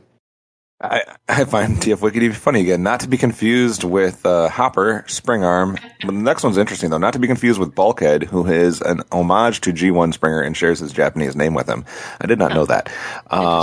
Yeah, this is one of those ones that I actually I had the toy, but I loved the cartoon version much better than the toy. The toy is kind of weak, but I liked him in the actual animated version, and I know he has had quite a bit of life, obviously, in the IDW stuff, which I need to read. But go ahead, Mike, tell us why Springer is not deserving. First of all, there's only one version of Springer that's not deserving, and that's the cartoon version because he's a home wrecker. Oh, stop. Second of all, is there a mute button? Second of all, in IDW as the leader of the Wreckers, I know it wasn't when we did Last Stand. I think it was when we either did Sins or what was the third one, Amy? Requiem. Did we ever do Requiem? I don't know if we did. I don't remember. I don't think we did. So basically, there's a Wrecker trilogy that Nick Roche wrote and drew and everything else in the IDW continuity. It's Last Stand of the Wreckers, Sins of the Wreckers, and Requiem of the Wreckers. And with one of those, it was like right around the time we were going to interview Neil Ross, because I think we've interviewed him twice. Anyway, I sent several of the IDW lines that Nick Roche wrote to him to have him voice the character for us for that comic episode, and I'm sure I'll fit them somewhere around here somewhere. Turn up and shoot. About as fancy as it gets with us wreckers. You want to spend all day calculating tolerable margins of error? Call Prowl. For those of you that don't know this, here on my right, Twin Twist and Cup. On the left are Perceptor and Topspin. My name's Springer, and I'm in charge. I just absolutely love being able to sometimes go to the voice actors if we're getting an interview with them and saying, hey, would you mind just doing this for us really quick so we can homage this part of it? And hearing Neil's, because Neil obviously is one of the only ones that ever did Springer, hearing G1 Springer do the IDW lines was so awesome. As far as having him where he is, I think this is perfect. Excellent. As long as Rodimus shows up further down the line. We'll see. All right, so let's go to a territory we haven't been to for a while with our next one. Well, Megatron. I'll be leader next. It's time for number 32. So when it came to the mini vehicles, if you listened to the first episode, you probably thought we were going to have 1,000 of them, because in the first episode we gave you Swerve, Warpath, Power Glide, Brawn. We had a bunch of them. And then the second episode came, and we gave you Beachcomber. And that was it. And that was at number 73, and we have not had another one until number 32. So that is 41 picks without a mini vehicle. We get that right here with number 32, the one and only, my favorite mini vehicle, Cliff Jumper. Cliff Jumper, commence countdown. 5, 4, 3, 2, 1. I want to boot some Decepticon right in his turbocharger. Easy, Cliff Jumper. So Cliff Jumper here at 32. This was my first favorite Transformers character. When I was little, this was the first one I gravitated towards. I wanted Cliff Jumper to get the time that I eventually saw Bumblebee get. I was like, no, why aren't we doing more with the red one? Get away from the yellow one. But I had Cliff Jumper ranked at 27. He comes in here at 32, so that's not far off. And actually, a lot of people, 1, 2, 3, 4, 5, 6, 7, 8, 9, 10, 11 people had him between 17 and 32. And then everybody else had him in the 30s and 40s. Like, nobody had him lower than 65. So 2 people in the 60s, 1 in the 50s, and then everything else is basically 40s, 30s, and 20s. On 22 list, I love Cliff Jumper. I'm happy he's here. Mike, what do you think? Well, I want to say this now. Since you love Cliff Jumper, I do have a comic book story you can read that you don't need to read everything with. It is a this a drinking? Are we doing a drinking game where every time Mike suggests a comic to me, somebody has to do that? You know what? Hey, you need to read seriously, you need to read some of the IDW stuff. You do. It's really, really good. So anyway. I think I've read this one. We covered it, remember? Yeah. Issues 5 and 6 of Galaxies. So basically, issues 5 and 6 of Transformers Galaxies, which was a one-shot kind of thing. There's a 2-part story that involves Cliff Jumper. You don't necessarily need to know everything. But it's basically Cliff Jumper feeling like he needs to find himself.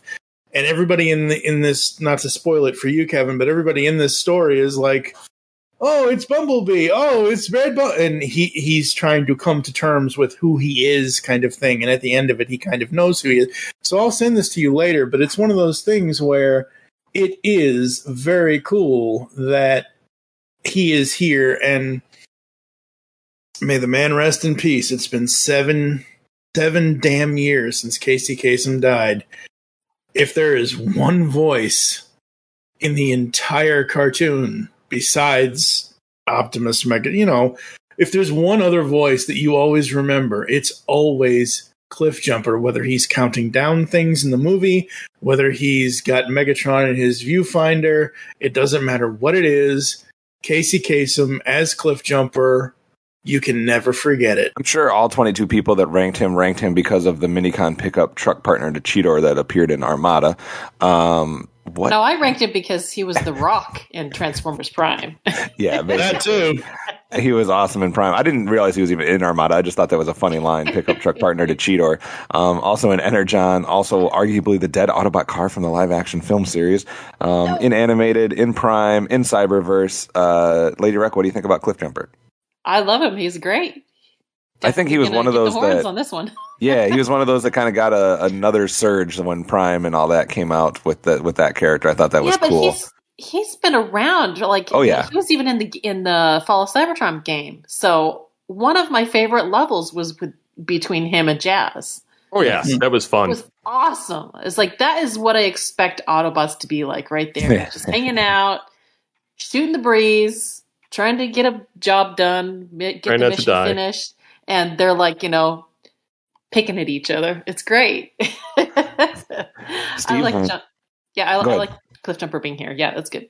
I really like the Generation 1 character a lot. I didn't really care for him as much in some of the other renditions, but the kind of cocky nature and the kind of, gung-ho, ready to go part that he had in the Aligned with The Rock playing him, it definitely kind of fit with that vibe of the G1 version, and I'm glad that he's here to represent from Generation 1.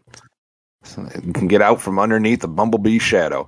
Yep. All right, so we've seen enough of that over the last 20 years. Right. 40 years, yeah. So we had 3 Beast Wars characters in the first episode, 3 Beast Wars characters in the second episode. We've revealed 3 so far today, and we will break the threes. We will get our 4th next. Boo. Well.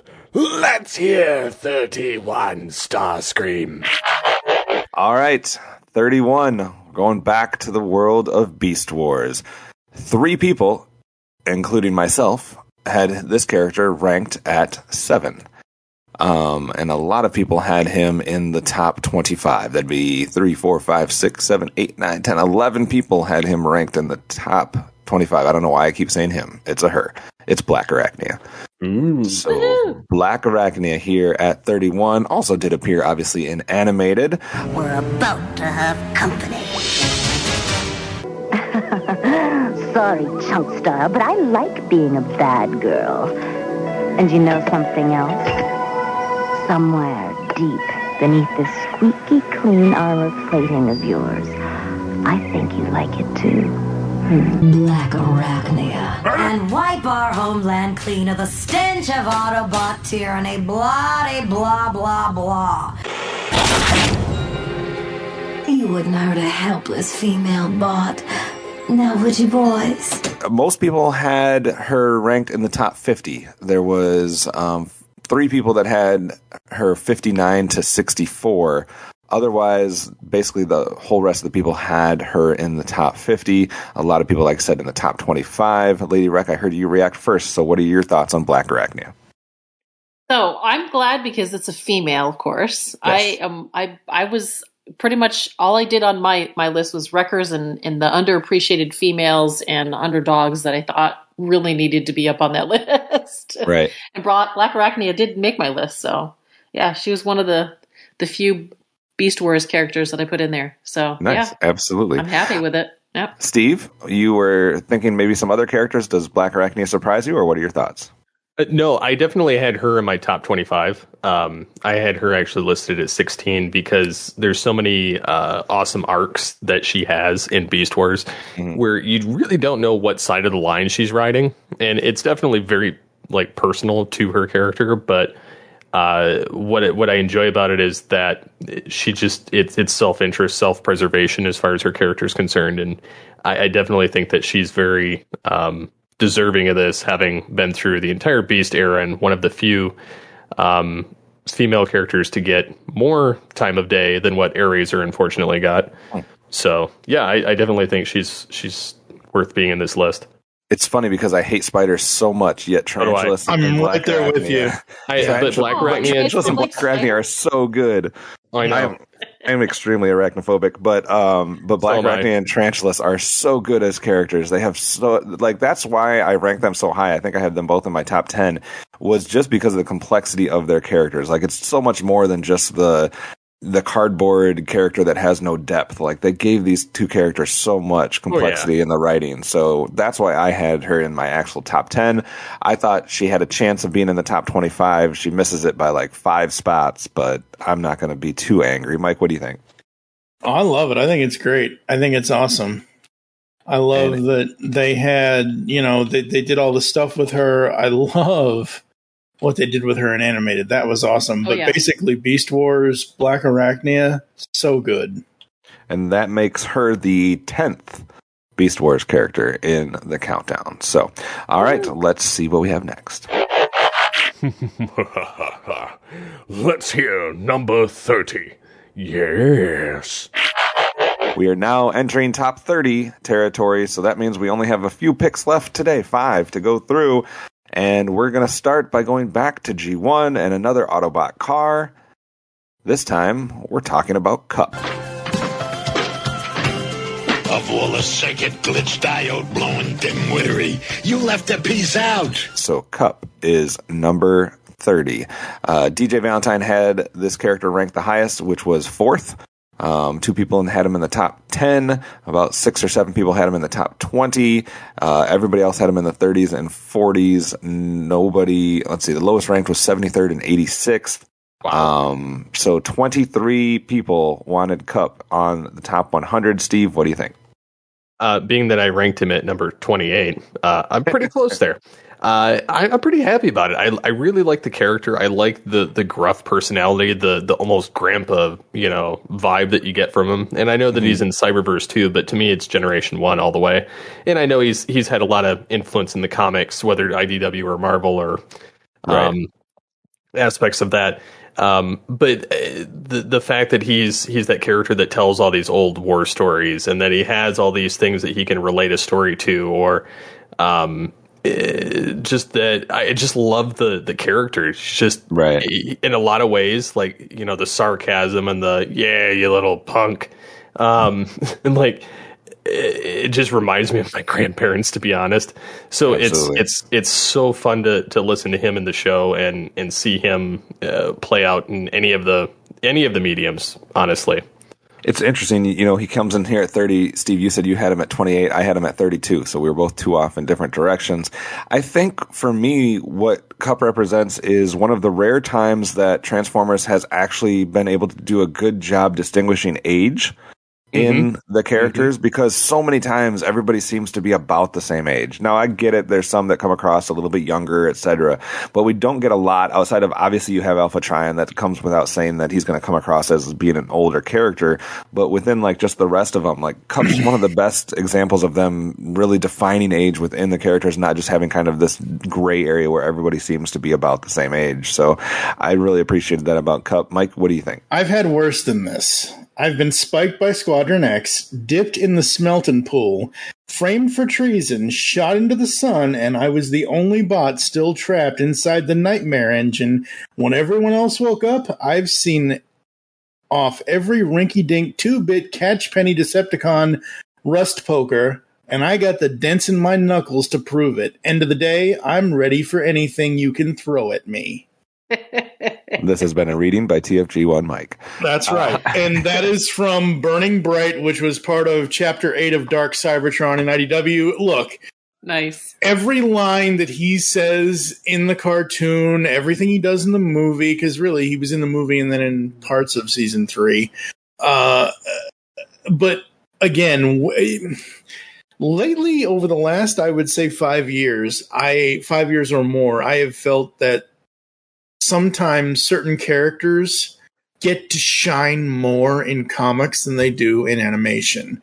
And Cup is most definitely one of those. Yes, he has some great moments in the movie and everything, and that's awesome. I love him in the movie. I wish Lionel Stander was still here. Sadly, he's not.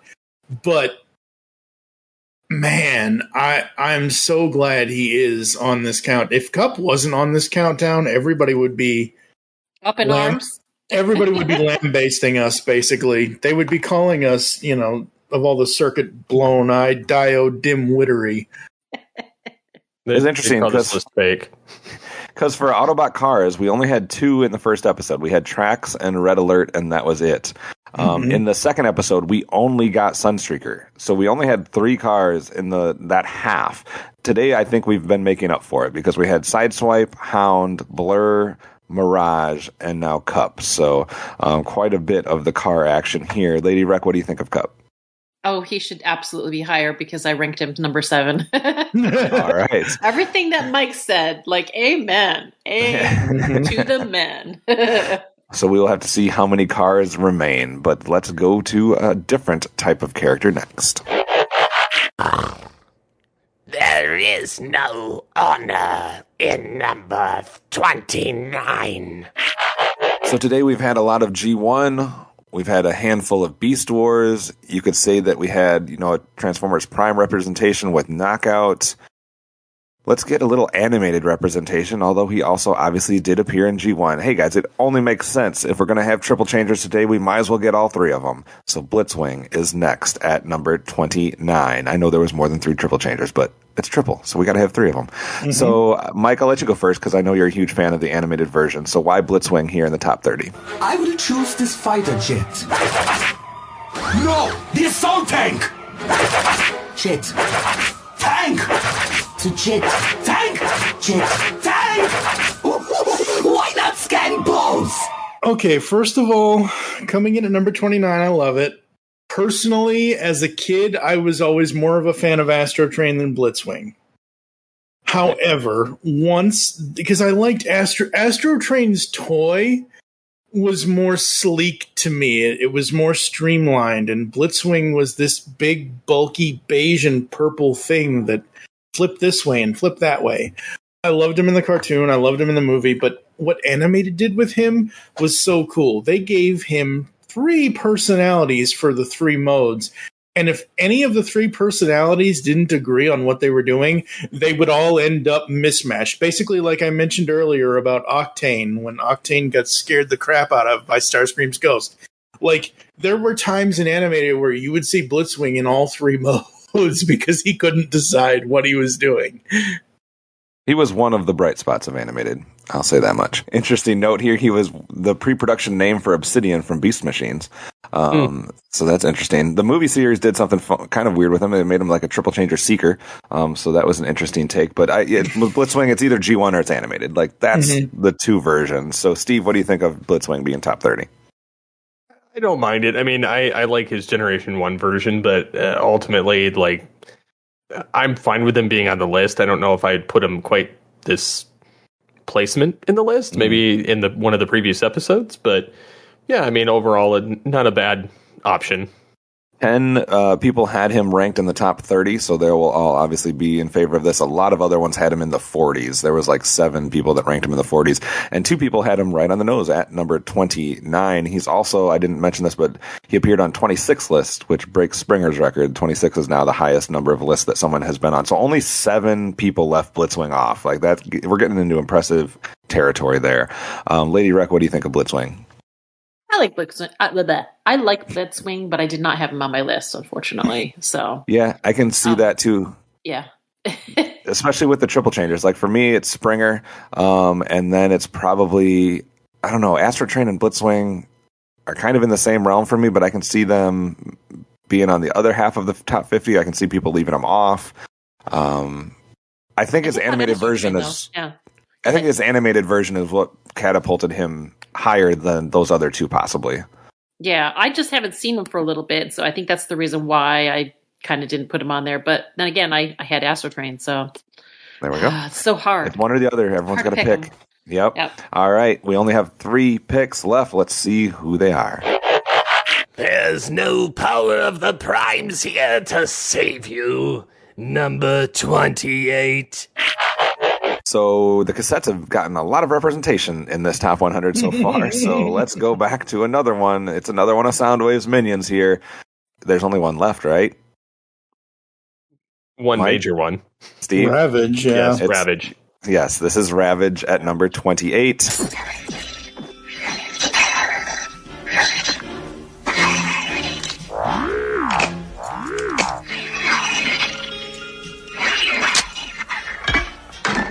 What happened? Ravage. He escaped. Perfect.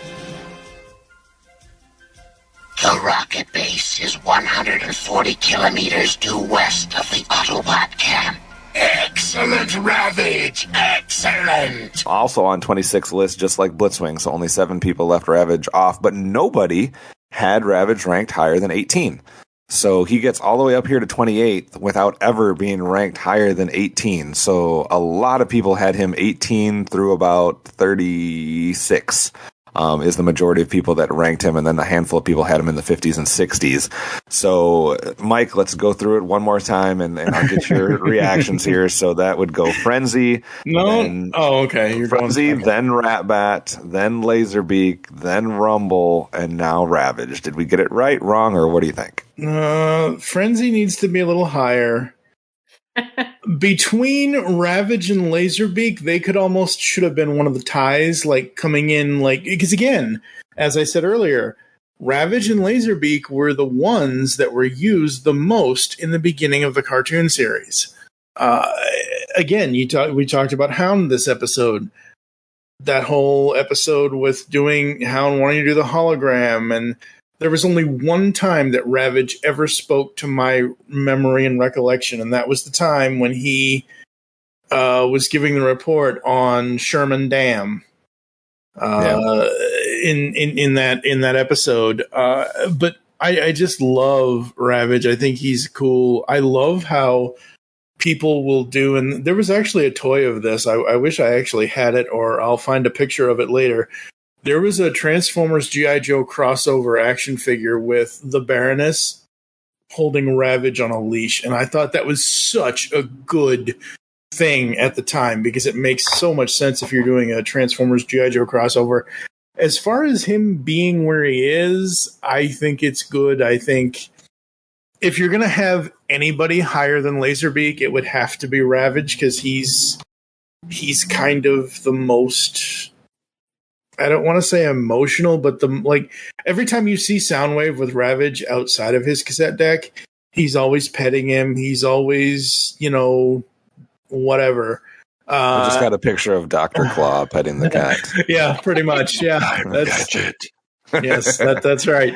And then I do have to mention before you move on, and I know Steve might mention this, but a couple of Decepticons were rebuilt and given amnesty. So I'll let Steve talk about Ravage and Beast Wars. Yeah, we'll get to that in 1 second. I had Ravage and Laserbeak at 83rd and 84th. Ravage higher, and then I had Rumble and Frenzy 33 and 34. I had them way higher. But I can see Ravage. I can see Ravage over Laserbeak in a way. I just think there's more to him. I think he's been used more than Laserbeak has over the years. But Steve, what do you think? I definitely think that he's been used more over the years. He tends to show up a lot in Generation 1, also as the same role as Laserbeak, just on the ground. But he's also been in a lot of other mediums. He's been in a lot of other the games. He's been in the live action movie, which doesn't count. He's been in a lot of other animated series, but he also made it to Beast Wars, and he was upgraded into a Predacon. And what I love about his character there is that he's like, you're no Megatron, I served the original, and you're nothing like him. And he's like, oh really, and just shows him and basically makes Ravage his cowering lackey by the end of the episode. And I also love the fact that Ravage transforms back into a cassette and drives his ship. and that kick-ass music that comes in after he says Decepticons forever. The other thing with Ravage is that, yes, we know the movie stuff doesn't technically count. However, Ravage with his purple eye was the only movie toy I ever owned because he had a purple eye. Nice. Lady Rec, last words on Ravage. Well deserved. I think that he definitely, if you haven't had a chance to read the IDW version of Ravage, he's pretty awesome. So definitely check that out. I'm not going to spoil anything, but there are some pretty, heart-wrecking moments in that. Yeah. Basically, Ravage just jumps on your chest and rips your heart out, essentially. Oh, okay. Yes. Well, yes, he does. He also talked and was part of the Decepticon leadership in the Marvel Generation 1 universe. Yeah. Way back when. All right, let's see. We only have 2 spots left in today's portion. Next one will be the only other character that is not on my top 100 at all, so hopefully you guys are fans. Me, Grimlock, say it's time for 27. All right, it's been since number 42, Fortress Maximus, since we've had one that wasn't in my top 100. We're getting another one here at number 27. A lot of fans of the big, huge characters, guys, and this, I did make sure this is not the Beast Wars character. We're talking about the G1 / other things that he's been in since then. Number 27 is Scorponok. So, Scorponok, the Decepticon Headmaster Titan base, whatever you want to call it. He was also in the Unicron trilogy, technically the live-action film series, animated, Robots in Disguise. He's been around a lot, especially a lot of the Japanese stuff from G1. I know there was a Scorponok character in Beast Wars. This is not that one, but a lot of love for the bases, Mike. We've from Trypticon to Metroplex to Fortress Maximus to Omega Supreme. Now we get Scorponok. What do you think? We basically have all the important ones. Is this the last one then? I would hate if it was because Scorpion, stupid bugs. I will say I'm going to have to look it up, but for the longest time, I was a stupid kid, folks. I'm a stupid adult, but that's beside the point. I always thought G1 Scorponok in Rebirth, Zarek, was voiced by Vincent Price. It is not. I think it's Stan Jones or something. Yep. But seriously, if you listen to that voice in the Rebirth, to me, it sounds so similar to Vincent Price. And I would have had Metroplex here or Fortress Maximus. I would have not had... I would have had any of the other city bases here than Scorponok. 10 people rank Scorponok in the top 25. We're also break a milestone here. We're into the 1,500 point section. So we started today at the 1,000, kind of right around the 1,000, and we're up to 1,500 now. So that's crazy. Steve, what do you think of Scorponok? Yeah, I mean, I think he's deserving. He's shown up in more than one capacity, whether it was a base or something else. He was in Generation 1. He's in the Headmasters. Yeah, it's named after the Beast Wars character, but it doesn't count. Mm-hmm. Then the Unicron trilogy, you give them the movie universe, and then Robots in Disguise, although Energon's probably the closest he is to this. And then he did show up in War for Cybertron Earthrise. That's true.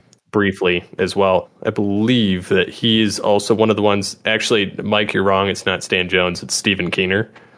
No, it's not. I just looked it up. It's Stan Jones. It's not. You guys will have to sort this out. It's on the wiki.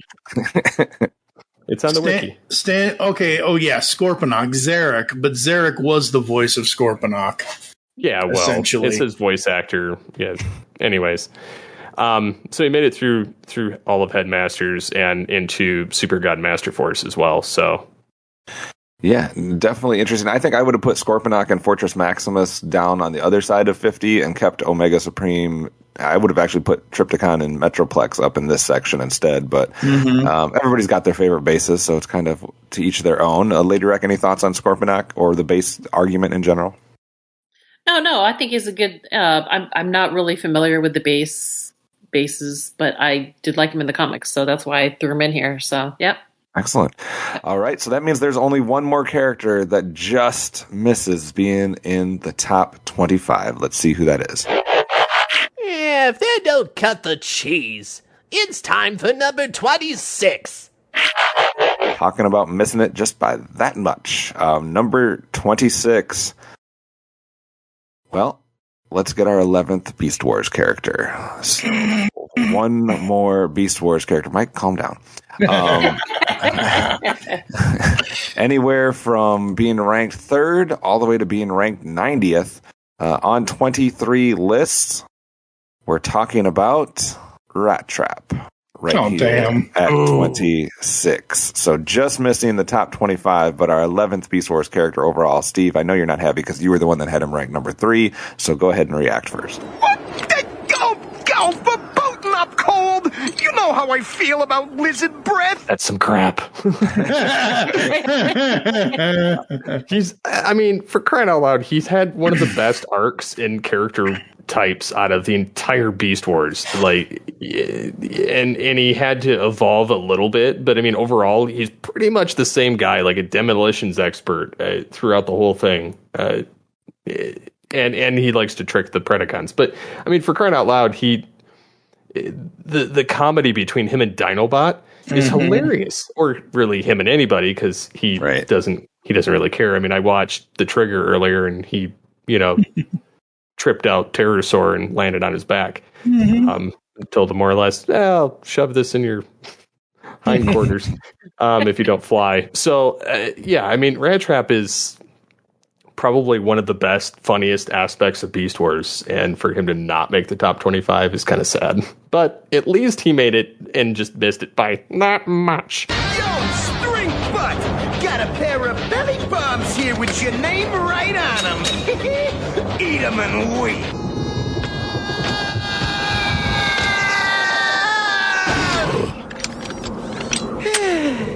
My hero. Interesting to look at. 2 people would have had him in the first episode, the 100 through 76. 2 people. 1 person would have had him in the next episode, and then 10 people had him in this episode. 10 people had him in the next episode. So 20 people had him in the top 50 out of the 23 people that ranked him. So 26, Mike, what do you think? I think it's a good spot for him, considering what everything else has fallen so far. I do think he deserves to be a little higher, maybe 20 or 19. As Steve said already, what I will bring up is the humor. Not only the humor, but the seriousness and the character development that they gave to him in Beast Machines. The humor with him and Botanica, but the seriousness of that one episode where, where he has to barter for weaponry. See, I feel like they ruined his character in that show. I don't. It took all the fun out of him. Like, yeah, he had some elements, but yeah, I don't know. I think Beast Wars for him was kind of where it's at. Well, and then he shows up in the comic universe too. A lot. Yeah. And you're right. But here's the thing: between Beast Wars and Beast Machines, they took him from a cool ass transmetal at the end of it and turned him into a techno-organic rat that he had to adjust to things. He had to. I can say this, and I'm not trying to offend anyone because I am a handicapped person. Hell, at one point or another in the future, I may end up in a wheelchair myself. You look at Rat Trap's character design in Beast Machines, to me, it reminds me of someone stuck in a wheelchair. That he has to adapt to everything. Again, that episode where he has to go to Megatron because he wants noisemakers and everything else. His character has to work around things and relearn things. You look at that entire thing with him. Out of all of the beasts, he is the one that learns transforming again last out of everybody because he's kind of like me. When he finds something that works, he sticks with it. And when it changes, it sucks. And I like the character less now. No, I'm just kidding. Hey, shut up. Not taking away from anything that Mike said, but I do much prefer him in Beast Wars, like Steve said. I had him ranked 22nd, along with 2 other people. 3 of us had him at 22nd, so I would have had him just on the other side of the top 25. Lady Rec, what do you think about Rat Trap? I like Rat Trap, but unfortunately, he was one of those that did not make my list. One of the more unique voices, too, out there for a Transformers character. We didn't get to see a lot like that, so...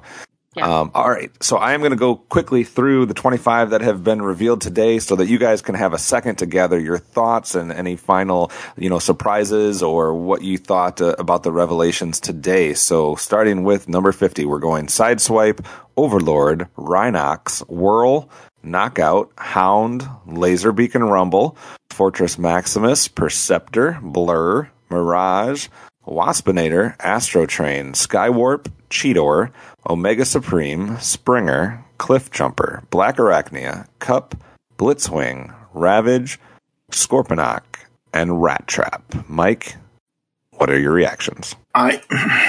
Looking at the whole list, especially this part, it's really interesting to see how this is coming out. I was not expecting it to be this way. I like it. Like I've said in this episode and the previous ones, I think a few things should have been moved around just a little bit, like with the bases and that kind of stuff. But this section, I think it fell correctly. What a testament to the amount of good characters. I mean, think of all the characters that I just named off and how great they are, and they're in the 26 through 50 portion. Lady Rec, what do you think? Some well-deserved. I, of course, wish Springer was a little higher. Yes. But other than that, I have to agree. It's very well placed. We got to see a couple records today. Whirl, Springer, and then Cup. Steve. Yep, Cup. And Steve, we got to see quite a few Beast Wars characters, more than we did in either of the other sections so far. So what is your reaction to what you've seen so far? I'm a little sad that they bowed out this early, but I'm glad they made the top 25, if nothing else. Still a little sad that some of the ones that got knocked out the first episode weren't a little closer to this. But overall, I think I have a pretty good idea of the characters that are going to hit the top 25. Yep, this is the point of the countdown that usually gets a little bit more predictable of what's going to be at the top 25. Also, those people that are trying to like do the work at home, you can do some process of elimination and see what probably is left for the top 25. And if you have more than 25, then you risk those other people not being on the countdown at all. So that's where it becomes interesting, because now they're either top 25 or they didn't make it.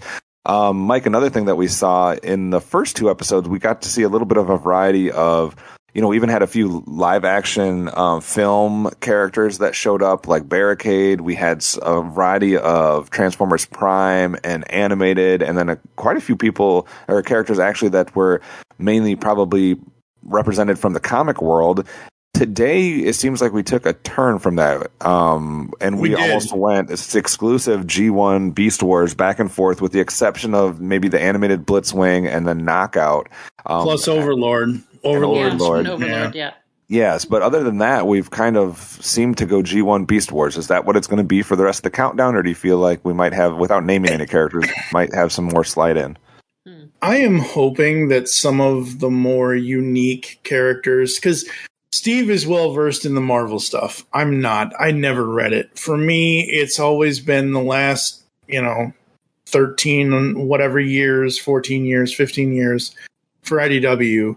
And I'm hoping that a couple of them will show up in this. And obviously, if, let's say, for example, G1 character here that started out in the cartoon also has more development in the comic, specifically to IDW for me personally, then obviously I can talk about that character's evolution like we have today. I don't know. I know for one thing. I know one thing. Steve is going to blow a gasket unless Megatron is not in the top 10. You're probably right. Wait and see. Another thing that will be interesting about today's episode is, after it's all said and done, have we seen the last base? Have we seen the last cassette? Have we seen the last triple changer? Some of those things. Have we seen the last of certain types of characters?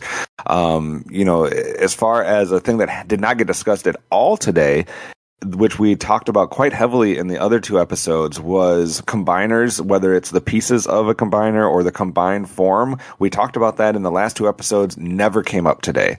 So is that part of the countdown over as well? So it's just that type of stuff that we'll have to start putting together as the pieces all start to fall into place, and everything becomes pretty obvious as far as what's going to happen next. Steve, any other final thoughts before we close this thing out? I'll give you a chance. More or less, I'm happy for what showed up. I'm, again, like I said, disappointed on some of where they placed, but I'm happy that they still made the list. I have predictions, and I'll share those privately, but of the top 25, I think are going to be left. But we must be aware of Steve's predictions, because every time Steve predicts something, it usually happens. Well, I won't have them in the correct order. I will know who's in it. It's a fun game to play. I would be doing the same thing if I was him. Yeah, I just deleted everything from my secondary list, and I'm playing that version of it. So I have, based on the fact that we're getting into the top 25, I happen to feel like I know where we're going. But I'm definitely excited to see where we go in the last one, and whether Megatron makes the top 10 or number 1 or not. Shut up, Mike. I hope for your sake Hot Rod gets out at 25. Hey, at least he made the top 25. What if Megatron doesn't even make the list? And Megatron will still stomp on the bones of Hot Rod. So anyways, I can't wait till we fight next time. Yes, I can't.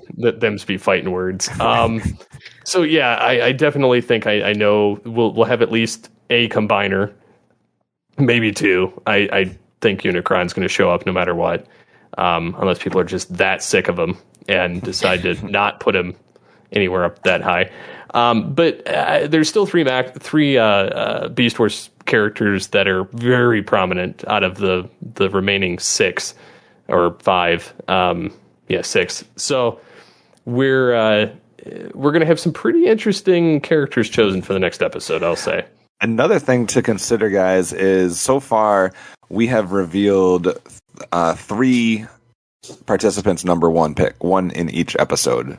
Well, we had 33 list guys, so that means 30 number 1s have yet to fall. And let me tell you, they're not all on the same character. Next episode, we're going to see 1, 2, 3, 4, 5, 6, 7, 8, 9, 10 different characters that were number 1 on somebody's list. So they're all unique. They were not repeated. Right. So out of the 25 characters, 10 of them were at least on one person's number 1. So a lot of people are going to be reacting different ways as we go through, because everyone wants their number 1 to be number 1. It just can't happen. There's 25 spots. So we're going to see how that falls. Lady Rec, last thoughts for today's episode in this countdown overall. May the best character win. I like it. Mike, we'll give you the final word, and then you can take it away. Yeah, it's going to be interesting to see, certain beastly bots be cowering fools and other things happen. Yes. Thank you for joining us here in the Top 100 Transformers Characters Countdown. If you'd like to get in contact with us or leave feedback for the show, there are several ways to do so. Visit the website, geekcastradio.com, where you can listen to and comment on all of our other content that we've done over these last 12, 13 years, however long it's been. Send an email to feedback@geekcastradio.com. Here are all the ways you can listen to us nowadays. Apple, Google Podcasts, Spotify, and of course, any other podcatching client you choose to use. Follow us on Twitter @GeekCastRadio is the network. @AllThingsTFV3 is for All Things Transformers. I am @TFG and Mike. Steve, what is your Twitter? @SCP21. Kevin? @Optimus Solo. Amy? @Lady of Rec. Become a fan on Facebook. Go to facebook.com/Geekcast Radio Network. You can also check out All Things Transformers and The Lady Rec over on Facebook, even though she doesn't use it that much. Get your audio receptors ready, because in part 5 of this podcast series, we are going to be revealing the top 25 Faces of Darkness. For now, I am TFG and Mike with Steve Megatron Phillips, Optimus Solo, and Lady Rec. We close out with the epic, the awesome, the tagline of the movie. Take it away, Mr. Victor Caroli. Beyond good, beyond evil, beyond your wildest imagination.